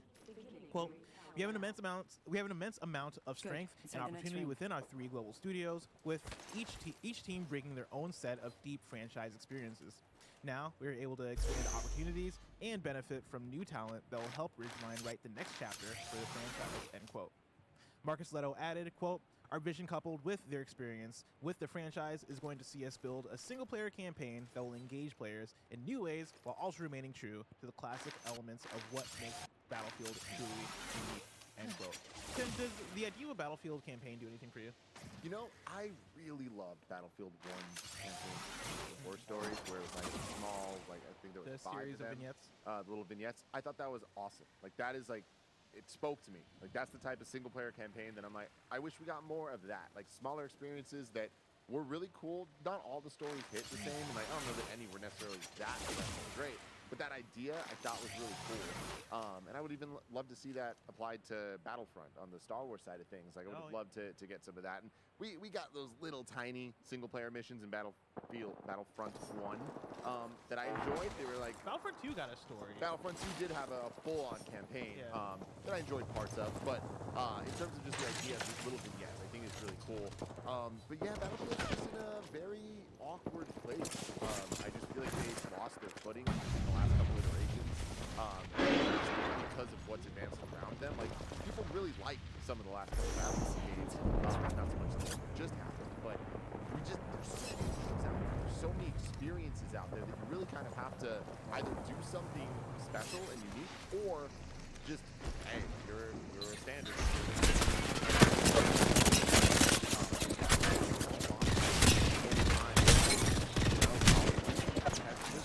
Hunkered down and like skyrocketed up with the vertical it's known for, but then also kind of created new verticals over the last couple of years. Like so many things have changed. Like Call of Duty, Fortnite, Battle Royale. Like this space is entirely different from what Battlefield is described. At this point, I would say, what, PS3 era, Xbox 360 era. When I talk about Battlefield being good, like you got a lot of Battlefield, but like, I feel like were they bangers? Yeah, I think that they were. I know Battlefield 4. Correct me if I'm wrong. People liked, but that was then we got Hardline, and then we got 5. Was it 6? And there was one. Oh yeah, 1. Yeah, that's right. Bro, I have no heals, bro. I need a reset. Whether it was the campaign or the multiplayer or whatever, but where they're kind of at struggling to get one of the things right, if not 2 of the things right. We see Call of Duty where it's like, yo, they're putting out campaigns that people are really loving. They're putting out multiplayer that people are really loving. There's the mobile game that people are really loving. There's the Battle Royale that is a dominant, one of the big ones, right? Like Warzone is up there. It's Warzone, it's Fortnite, it's Apex. Like they made it.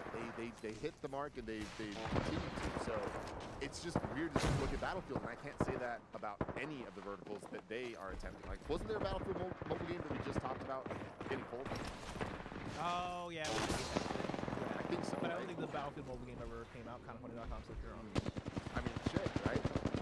Yeah, I do like that they're talking about finding ways to improve Battlefield, experimenting with Battlefield. I think doing a campaign is probably good for it, but it is going to be in how you package that campaign. Try me, bitch. To determine whether or not it's received well. Because if you were to ask me what to do about it, I would say maybe put a Battle Royale mode. If I make a Battlefield Battle Royale spin-off and then make a free-to-play version of the Team Deathmatch mode, like, I feel like you got to experiment with ways in which you deliver Battlefield, because the last 2 Battlefields have been these full-price games, and I don't know if the games as a service, single-player competitive shooters can do that anymore. Like, where are those that are accepted? Overwatch is free to play. Call of Duty is Call of Duty, right? And Call of Duty has Of course, I just randomly fucking fall. Cool. Like, what are the paid premium multiplayer first-person mean, that's the thing. It's like Call of Duty's just kind of won the day. Yeah. Like back a long time ago, there was the big three of Call of Duty, Medal of Honor, and those big three were all big in different ways. And then as years went on, like Medal of Honor, can you imagine if we heard about Medal of Honor now? We'd be like, the fuck? Like, what's going on here? No, what the hell? Like there was the Absolutely VR not. game or whatever. But it's like with Battlefield, I feel like Battlefield is missteps away from becoming Medal of Honor. Yeah. If it's not already there. People, I enjoy watching people in chat throw in suggestions because, like, yeah, Halo's free to play. Somebody said people are saying Destiny. Destiny's free to play as well. Of course, you're buying Destiny's the expansion. different though. I don't put Destiny at all in the same category of what we're talking about For here. sure. When we're talking about the verticals, I think Destiny is a vertical that Call of Duty has. Like that type of experience. Will they one day? I don't know. Yeah, I honestly don't know what to do with Battlefield aside from shake up how you deliver Battlefield. And I'm curious on how a campaign fits into that. I think if you're gonna do a Battlefield campaign, what I would say is just make a banger ass campaign that is separate from multiplayer, but like make something that harkens back to what people love. Like I've never played Bad Company, but I see people talk about Bad Company all the time. Can you make a Bad Company campaign, please? That is like $40 or full price if it's that dope, and put it out. And hope that it gets critically well received, and use that as the building block. Dude, I mean that sounds awesome. Like that is such a tall order. Like, I just don't know that that is going to be worth it. I mean, especially we're talking about the same company that has Respawn, and we've heard in the last couple of weeks Titanfall 3 is not happening, or whatever the single player Titanfall game is going to be. Those Titanfall Legends. Titanfall Legends, yeah. So we look at this and like EA DICE, obviously not the team that we would want to make that Titanfall game. They're also done other as well that are in the same space. So I don't know. I think that they are in a very tough spot, and I think that the fact that EA has the fact that Battlefield came out and Call of Duty came out and Titanfall 2 came out and Titanfall 2 got squashed in that fight, right? Yeah. And we've talked about that a million times, and now here we are years later, where a spin-off where they tried a Battlefield Battle Royale and it didn't fucking work, but a spin-off of Titanfall became a Battle Royale and is now one of the biggest things. Like, what the fuck? I never thought about it that way, but that is insane. Really insane. So anything can happen, but I just think that we are so many steps removed from this headline adding up to me being something I believe. I think my solution for DICE would be to go back to Mirror's Edge. Just for me. Let's make it Mirror's Edge. They're pushing us on the left. It was fine. I'm knuckle clutchered him. Can you come to me? Come to me. Come to me.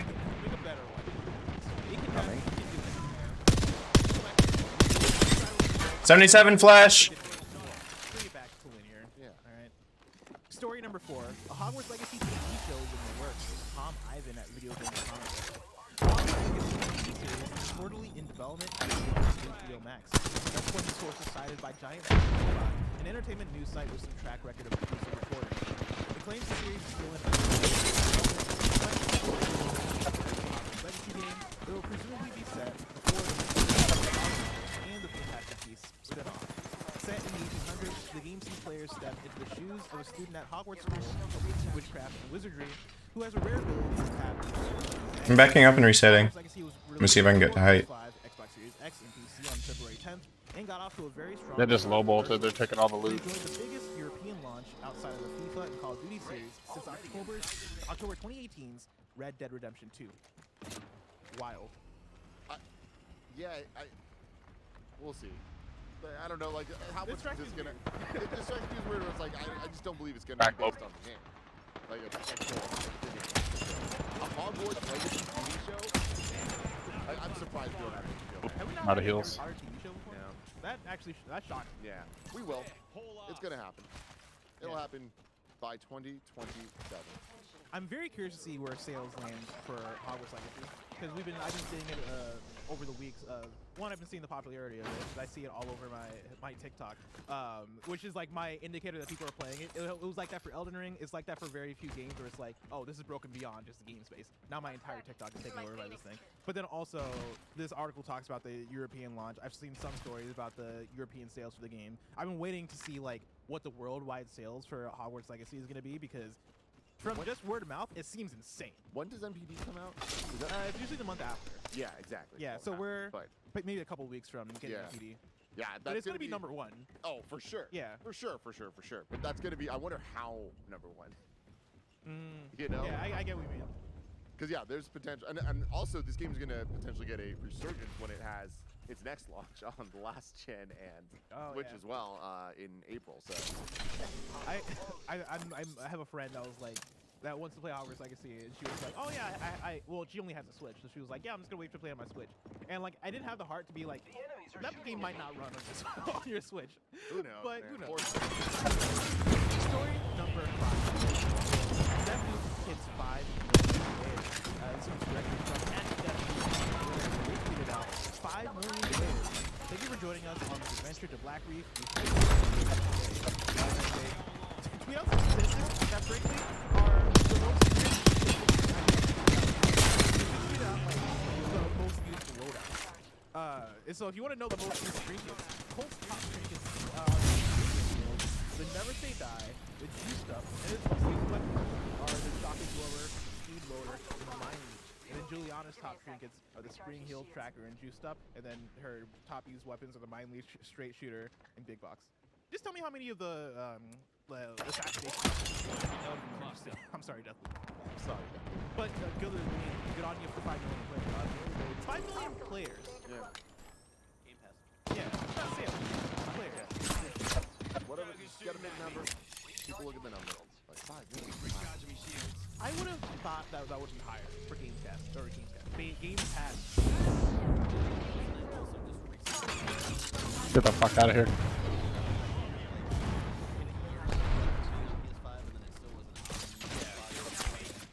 I think it was last October, September that went on Game Pass.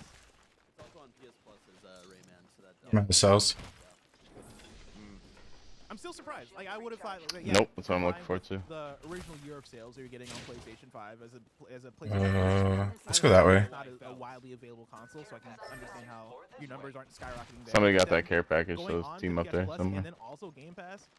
I would have, if you asked me, I would have been like, oh yeah, I bet they're at like 8 million. 9 Fucking million. Lobas and unlimited loot having ass motherfuckers. Like that is a lot, and we're talking about a single player shooter, right? Like It's not even. but I get what you're talking about. Oh yeah, Yeah. What's But, like, unlooted? that's not the main appeal of that game. So it's like I think it's actually a very high number for this type of game. Like compare this to the Dishonored game. Okay. Right? Like I think that's what we're dealing with. That's fair. Do you think we get Deathloop 2? Found some cells here. Death 2? 2 Death 2. Bobby! Bobby! Bobby! I don't know why, but I kind of feel like they did what they wanted to. Oh, you found some? Oh, okay. Those were the only 2 I found, but you need to get your shields up, so. Yeah. Right, okay. Oh, no craft here? That sucks. Yeah. Is it worth playing Death to the Outsider? I know it's yes. Oh, 100%. I really enjoyed Dishonored 2. Yeah, it's a little, I don't want to say watered down, but they focused, there's not Want this next fight's Might gonna be able to suck. third party this right here. It felt like one of those. Yeah, I'm down. It just has to be a fast fight. I can't heal. It's like own like kind of game, like almost like a Lost Legacy in that kind of way. So I would say it's a little smaller in scope, compared to Dishonored 2, but it's still really fun. The team on the left.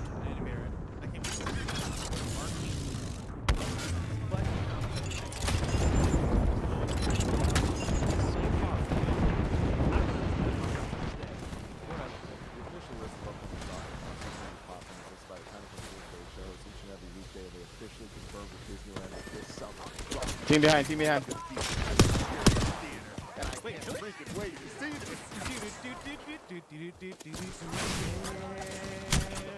That sounds dope as fuck. It's been rumored for a long time, but it's happening, babe. Holy shit, let's go.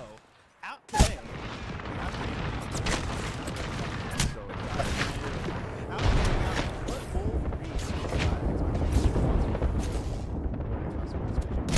Are they still around you? Oh, fuck. Yeah. I'm gonna try to come back for you guys though. Grim Guardians, Demon Purge for PS5, Xbox Series X, PS4, Xbox One, Switch, and PC. Sons of the Forest for PC. Aces and Adventures for PC. Chef Life, a recipe for everything. Pizza Tycoon for PS4, PS5, and Switch. and then remorse the list for Switch, Xbox One, and Xbox Series X. At some point, I gotta do a Bless Who game that is out today with like fake games in there to see like if you guys can identify them. I mean, when you just read that list and you said Chef Life, a restaurant, I thought that was it, and then you said Simulator on Everything, and I was like, there's really a fucking game called Simulator on Everything? and you would have believed it. I would have fucking like, oh wow, it's mobile gamer bullshit games, you know? Yeah. Out today or bullshit, I guess. I don't know. we'll work on the branding. Listen, I'm better at ideas when I simmer. you know, you can be top of my desk. Plus, I had a great game that I want to present this show. Ooh, I'm very excited for that. New dates for you. Games Done Quick's all-women winter speedrunning event, Frost Fatales, speeds onto stream this weekend on Sunday, February 26th on twitch.tv/GamesDoneQuick. UFO Robot Grendizer, The Feast of Wolves, launches Q4 2023 for Xbox One, Xbox Series How X. the fuck you gonna drop UFOs, robots, and wolves into the same title? Barrett, can we see a trailer for UFO Robot Grendizer, The Feast of Wolves, which comes out on everything in Q4 2023? And then Forza Horizon 5 Rally Adventure expansion launches March 29th for Xbox One, Xbox Series X, and PC. And then Mario & Rabbids Sparks of Hope DLC, The Tower of Doom, launches March 2nd. You know there's no loot here. Did you play through Mario & Rabbids, the second one? That is a game that I am playing through at the slowest pace ever, where I don't know that I'm ever actually going to beat that game, but I really enjoy the gameplay of it. I want to say maybe so yeah, DLC, not in my plans. Yeah, you see the DLC, not it's like, in my plans no. at all. Yeah, when I'm 50, I'll play that, I guess. Oh, this is, wait, hold on. Right now, Barrett's showing UFO Robot Grendizer. The Feast of I've always seen this robot, never know what it is. There's this like store that's like robot. They're starting to come over the hill. Behind glass cases and stuff, and the people that work there, I remember one time got so mad, it's like, you can't breathe on the glass. And we're just like, we're just breathing, man. Like, leave us alone. Let us play with toys, man. We're kids. All right, that's UFO Robot Grendizer. It was like a. I think maybe tunnel, or should we just go through? Doing some action. Just gonna go through. Find other robots in a forest, apparently. Hey, they Lobo ulted in that middle building. I see a box that's still not even open. I mean, there's probably not anything good left, but they probably mostly looted ammo after they got their guns. So you might be able to check that center building. Arctic Escape, Book of Demons, Peaky Blinders Mask. No way. They're not making a Peaky Blinders video game. They're over there still fighting, so you got a little bit of time. Blinders Mastermind and City Legends Trapping in Mirror Collector's Edition. And then this is from VGC. The next free Epic Games Store title has been announced.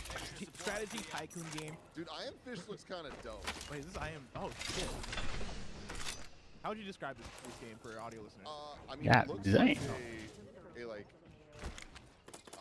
I don't know how to describe. Honestly, I don't know how to describe. Semi-monkey ball, but you're playing as a fish that is like escaped from a. Oh no! I popped the zip. They're coming on you. You escape from like whatever fish tank you're in, and like you're just traveling the world with fish. Dude, legit, this looks cool. Puzzle. Never mind. I think they went past you, maybe. That is a way better way to explain this. This actually looks really cool. Yeah. All right, I am fish. I am taking fire. Fuck yeah, dude. Holy shit. Like we said, Fast and Furious did it. We can do it too. Go them. Somebody said Finding Nemo, Monkey Island. Yeah, I can see that. Okay. Ryzen is your Epic Games title from March 2nd. Now the time.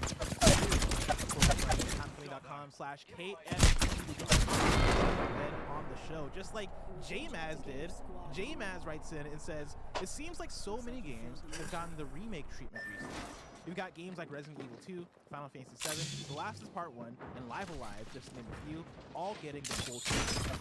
With so many remakes being released with great reception, it got me wondering, can new games beat out remakes in 2023? We've already got a few new games released with not the best reception, thinking of Forspoken and Atomic Heart, where the remakes keep coming out hot, looking at Dead Space and Metroid Prime. I think remakes have some type of advantage because the studio is not likely taking a risk and remake a bad game compared to risking the unknown with a new game.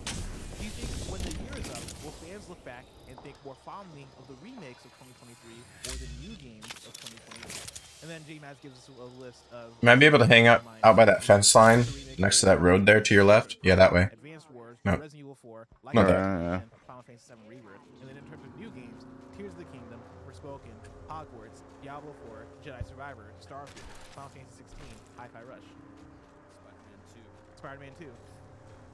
I think we're in a beautiful place in video games where we are getting more of everything than we ever had at a high quality level.